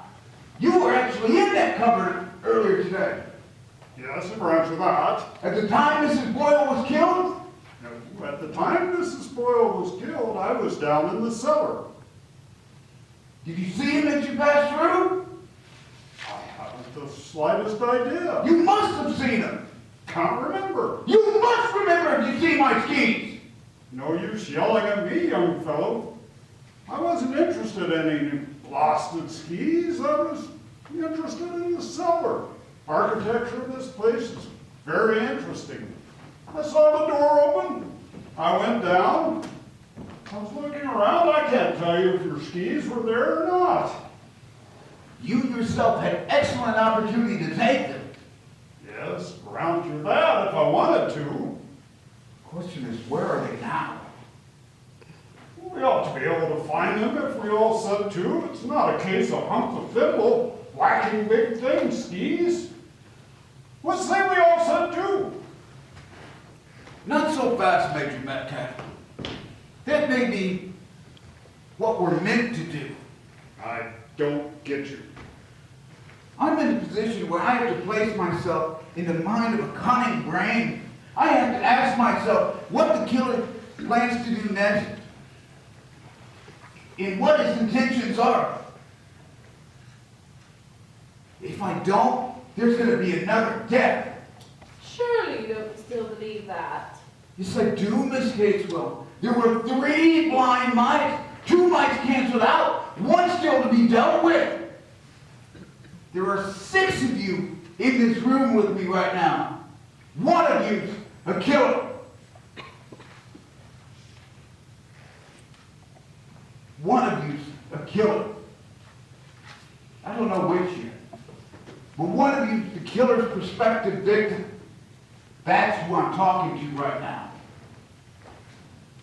Mrs. Boyle held out on me. Mrs. Boyle is dead. You all have held out on me.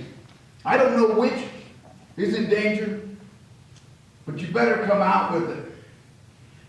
Nobody who's killed twice is going to hesitate to kill a 3rd time. And as it is, I don't know who needs protection. Come on now. Any of you have anything ever so slight to reproach themselves with this bygone business had better come out with it.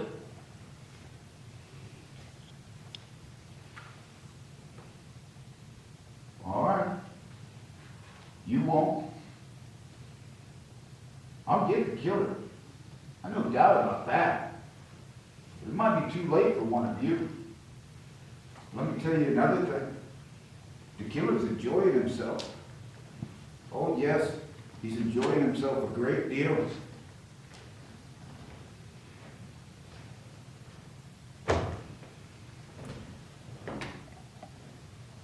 You can go.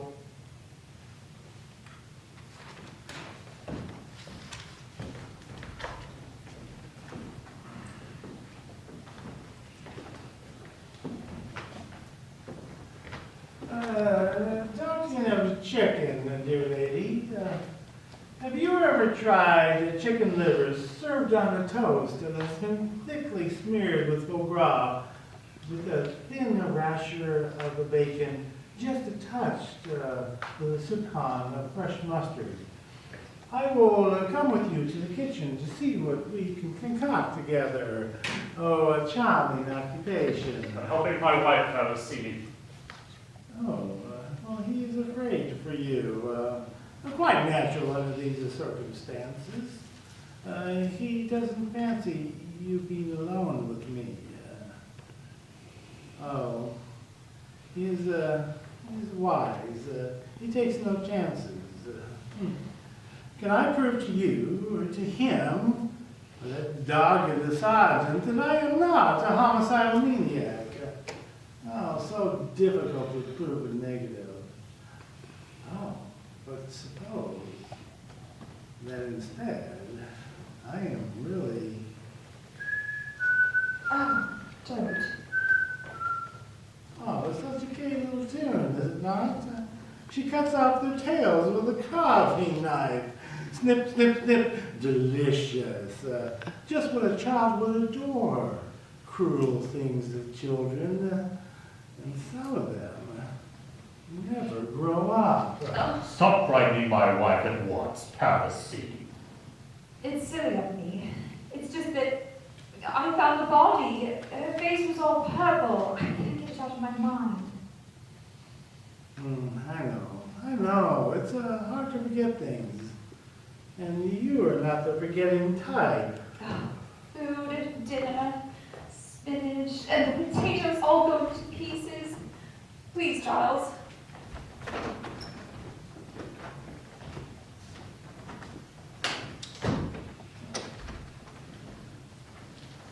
What did you say to the lady to upset her, sir? What, me, Sergeant?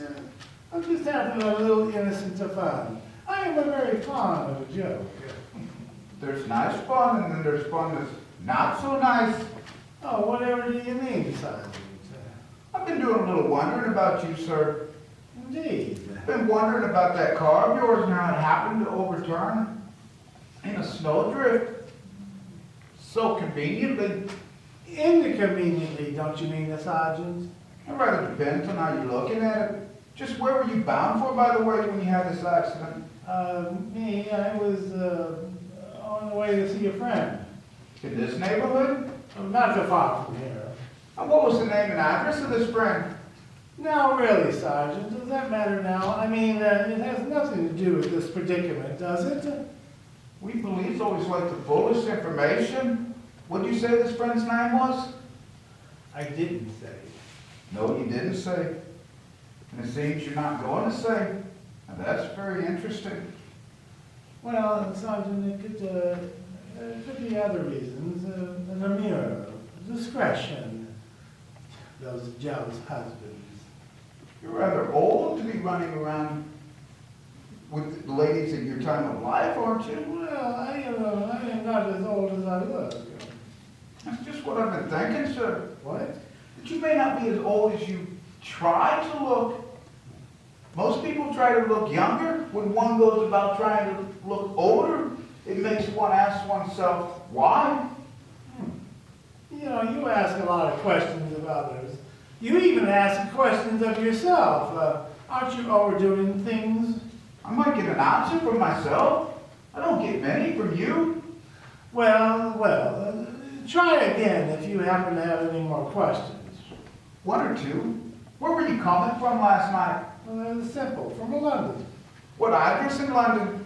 Oh, I always stay at the Ritz Hotel. Very nice, too, I'm sure. What's your permanent address? Oh, I dislike a permanency. What's your business and profession? I play the markets. Stockbroker? No, you misunderstand me. You're enjoying this little game, aren't you? Sure of yourself, too? But I shouldn't be too sure. You're mixed up in a murder case, and don't you forget it. It's not just fun and games, you know. Not even, is this a murder? Oh, Sergeant, you're serious. And I always thought that the policeman did not have a sense of humor. Well, is the Inquisition over for the moment? For the moment, yes. Well, thank you very much. Then I will go into the drawing room to look for your missing skis, just in case somebody had hidden them in the grand piano.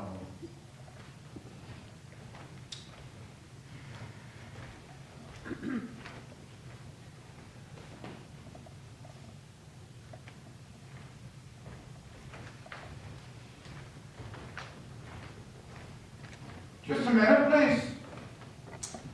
Were you speaking to me? Yes? Would you like to come sit down, please? Well, what do you want? You may have heard some of the questions I was asking Mr. Paravicini. I heard them. I'd like to have some information from you.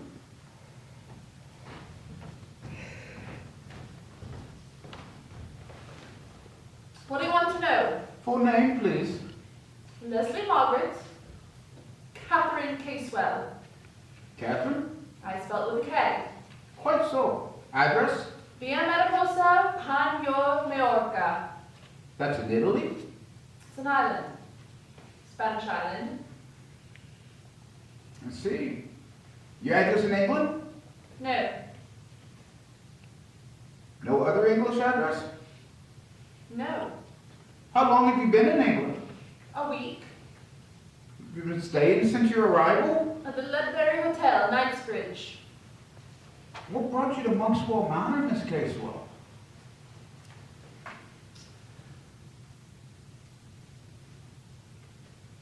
I wanted somewhere quiet. In the country.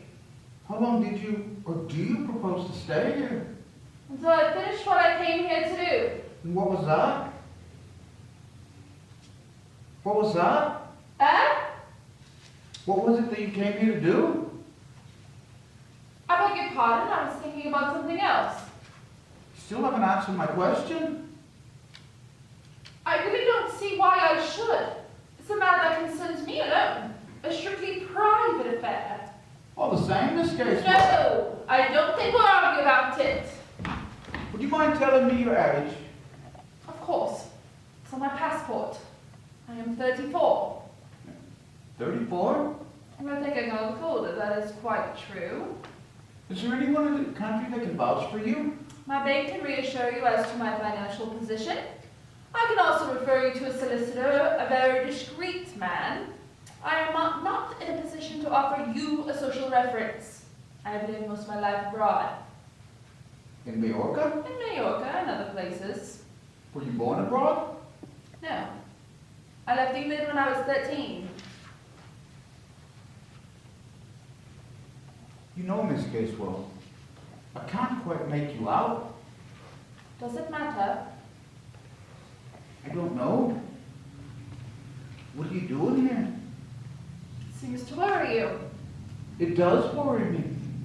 You went abroad when you were 13? 12, 13, thereabouts. Was your name Casewell then? It's my name now. What was your name then? What are you trying to prove? I wanted to know what your name was when you left England. It's a long time ago. I've forgotten. There are things one doesn't forget. Possibly. Unhappiness, despair. I dare say. What was your name when you left England? I told you. Leslie Margaret. Catherine Casewell. Catherine? What the heck are you doing here? Oh God! I wish to God I'd never come here! I thought the police weren't allowed to give the third degree. I've merely been interrogated, Miss Casewell. You seem to upset her. What did he say? It was nothing. It's all this murder. It's so horrible. I don't know what came over me. I'll go up to my room.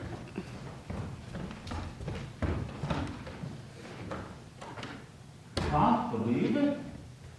It's impossible. What can't you believe? 6 impossible things before breakfast. Just like the Red Queen. Oh yes, it's quite like that. Dear me. Looks like you've seen a ghost. You've seen something? You might have seen it before. Blind as a bat I've been, but now we should be able to get somewhere. The police have a clue. Yes, Mr. Ridd. The police finally have a clue. I want everybody assembled here again. Do you know where they are? Giles and Molly are in the kitchen. I've been helping Major Metcalf look for your skis. We've checked all the entertaining places, but to no avail. I don't know where Pat Bassini is, though. I'll get him. You get the others.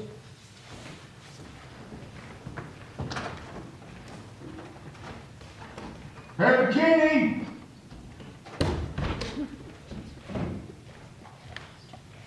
Herr Bikini! Herr Bikini! Yes, what can I do for you? Oh, miserable policeman has lost his keys and doesn't know where to find them. Leave them alone and they'll come home dragging a murderer behind them. What is all of this? Sit down, Major. Mrs. Ralston. Must I come now? It's very inconvenient. There are more important things than meals, Mrs. Ralston. Mrs. Boyle, for instance, she won't want another meal. That's a very tactless way to put things, Sergeant. I'm sorry, but I want cooperation, and I intend to get it. Mr. Ralston, will you kindly go upstairs and get Miss Casewell? It'll only tell her to just be a few minutes.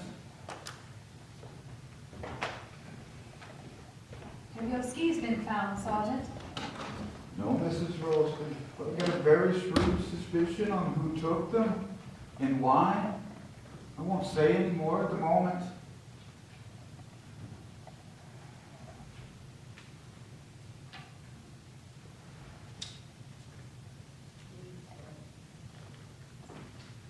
Oh, please don't. I always like to leave the explanations to the very end. You know that exciting final chapter. This isn't a game, sir. Isn't it? So I think you're wrong. I think this is a game to someone. Well, maybe the murderer was having a good time. Well, maybe. What is happening? Sit down, Miss Casewell. Mrs. Ralston. Will you all pay attention, please?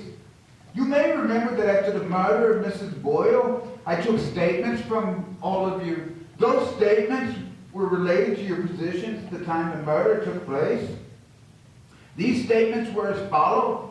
Mrs. Ralston in the kitchen, Mr. Paravicini in the drawing room, Mr. Ralston up in his bedroom, Mr. Ridd, ditto, Miss Casewell in the library, Major Metcalf in the cellar. Correct.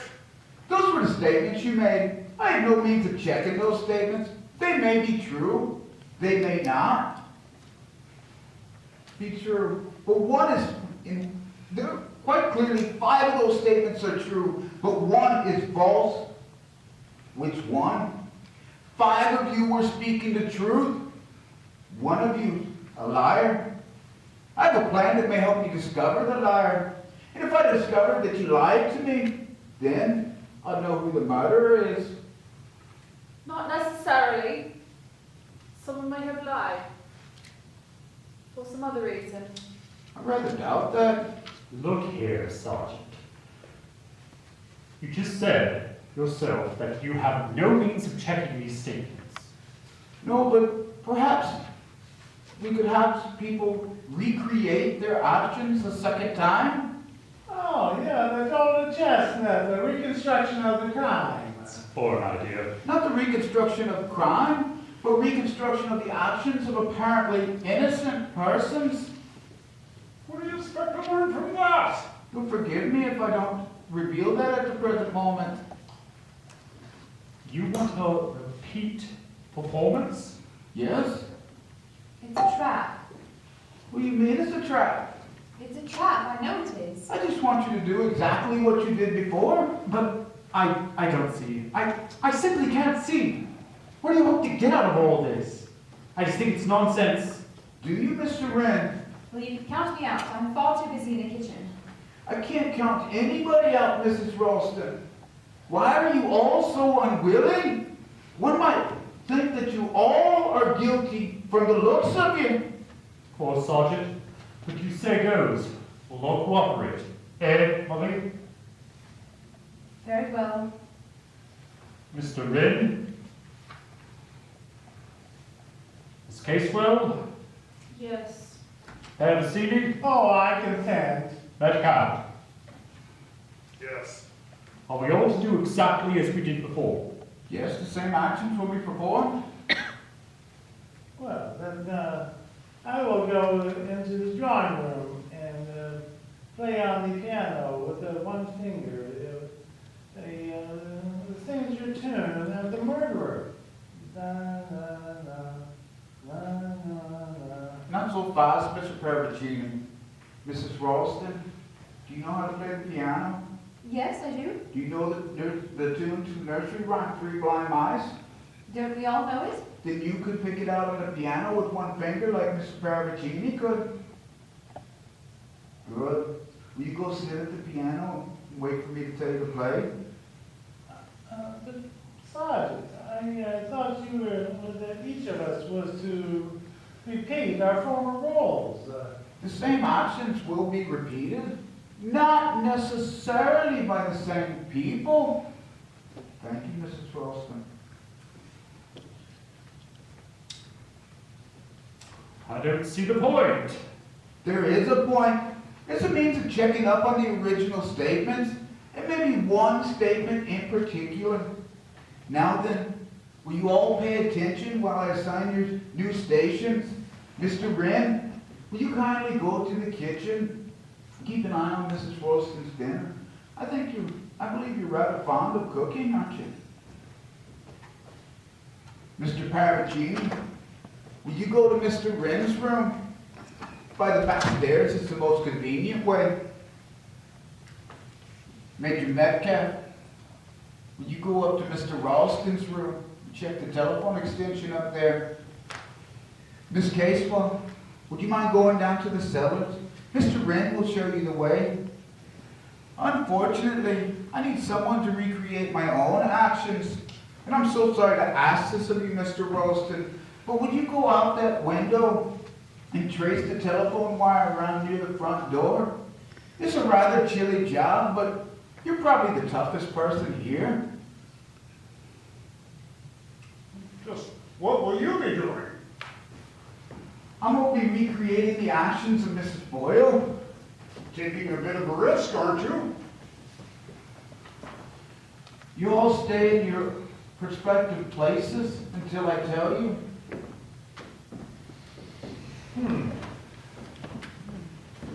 Parlor games.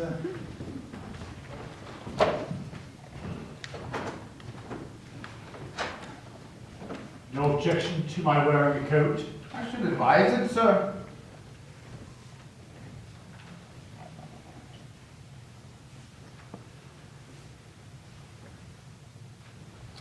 Take my torch. It's right by the curtain.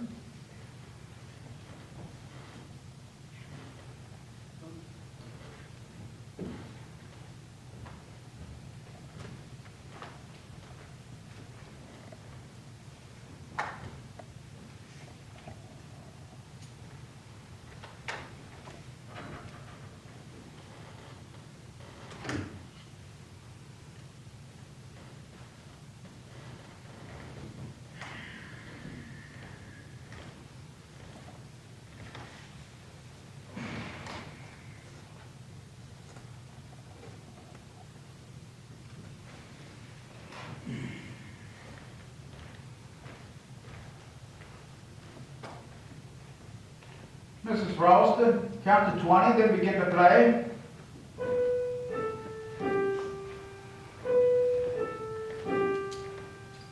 Mrs. Ralston! Mrs. Ralston! Yes, what is it? You're looking rather pleased with yourself. Have you got what you wanted? I've got exactly what I wanted. Then you know who the murderer is? Yes, I know. Well, which of them? Well, now you should know, Mrs. Ralston. I? Yes, you've been extraordinarily foolish.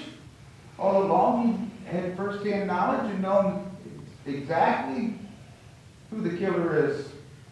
I don't understand. Come now, Mrs. Ralston.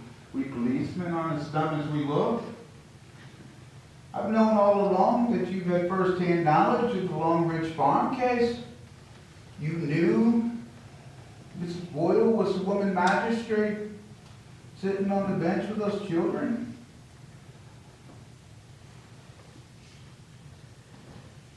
Why didn't you speak up and say so? I don't understand. I wanted to forget. Forget. Your maiden name is Waring? Yes. Mrs. Waring, you taught at the school those children attended? Yes. Isn't it true that Jimmy, the boy who died, tried to get a letter posted to you, begging for help from his kind young teacher? You never answered that letter. I couldn't. I never got it. You just didn't bother. That's not true. I was ill. I came down with pneumonia that very day. The letter got set aside with others. It was weeks before I found it in a pile of other letters, and then, by then that poor child was dead. Dead. Waiting for me to do something. Hoping, gradually losing hope. Oh, it's haunted me ever since. If only I hadn't been ill, if only I'd known. Oh, it's monstrous that such things should happen. Yes, it's monstrous. I don't think police carry revolvers. The police don't, Mrs. Ralston. I'm not a policeman. You thought I was a policeman because I rang up from the call box, said I was from police headquarters, that Sergeant Trotter was on his way. You know who I am, Mrs. Ralston? I'm Georgie. I'm Jimmy's brother, Georgie. Oh! You better not scream, Mrs. Ralston, or I should fire this revolver. I want to talk to you a little. I said I want to talk to you a little. Jimmy died. That mean, cruel woman killed him. They put her in prison, but prison wasn't bad enough for her. It said I killed him one day, and I did too. It was such fun. I said I'd kill everybody when I grown up, because grown-ups can do anything they want to do. You'd better not. You'd never get away safely, you know. Somebody's taken my skis. But it's all right. I don't care if I get away or not. I'm tired. But it's been such fun seeing all your faces, pretending to be a policeman. That revolver will make an awful lot of noise. It will, rather. Better to do it the usual way and take you by the neck. The last little mouse stuck in the trap. No! Georgie! Georgie! Don't you remember me, Georgie? Don't you remember the farm? The animals, that fat old pig, the day the bull chased us across the field, and the dogs! Dogs? Yes, he's fat and plain. Kathy? Yes, Kathy, you remember me now, don't you? Kathy, it is you. What are you doing here? I came to England to find you. And I didn't recognize you until you touched your eyebrow the way you always used to. Yes, you always did it. You're coming with me, Georgie. You're coming with me. Where are we going? It's all right, Georgie. I'm taking you with someone they will look after you and see you will not do any more harm.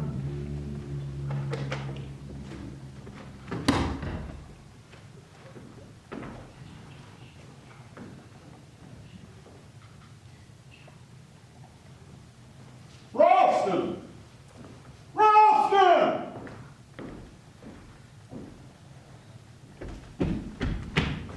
Molly! Molly! Molly, are you all right? Oh, Charles. Darling, darling. It was Trotter. Oh, I never would have dreamt it was Trotter. He's mad, quite mad. Yes, but you... I was caught up in it all. I used to teach at the school. It wasn't my fault, but he thought I could have saved that poor child. You should have told me. I wanted to forget. Everything's under control now. He's been given a sedative and he's unconscious. His sister is looking after him. Poor fellow's as mad as a hatter, of course.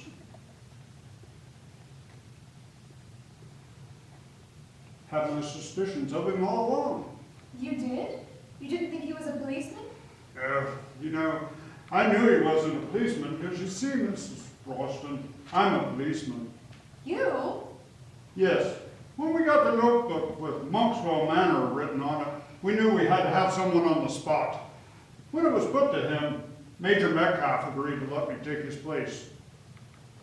Just couldn't understand it when Trotter showed up. And Miss Casewell is his sister? Yes. Seems she recognized him just before all this lost business. Wasn't sure what to do about it. Luckily, she came to me just in time.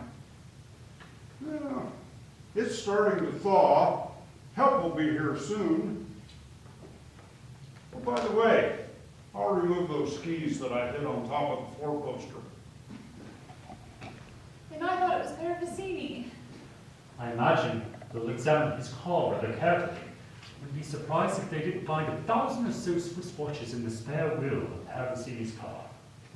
Yes, that's his line of business. Nasty little bit of goods. Ollie, I believe you thought I was the murderer. Giles, what were you doing in London yesterday? Darling, I was giving you an anniversary present. We've been married just a year today. Oh, that's what I went to London for, and I didn't want you to know. No?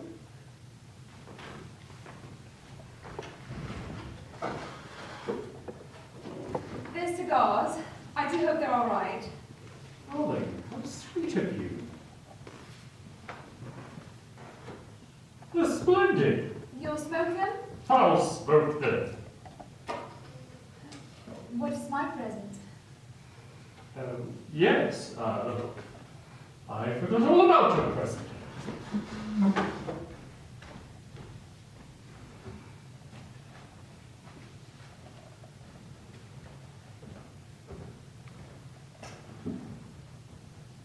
It's a hat. A hat? But I hardly ever wear one. Oh, just for best. Oh, darling, it's lovely. Put it on. Later, when my hair's done properly. It's all right, isn't it? Oh, the girl at the shop said it was the latest thing in hats. Miss Ralston, there's something burning in the kitchen.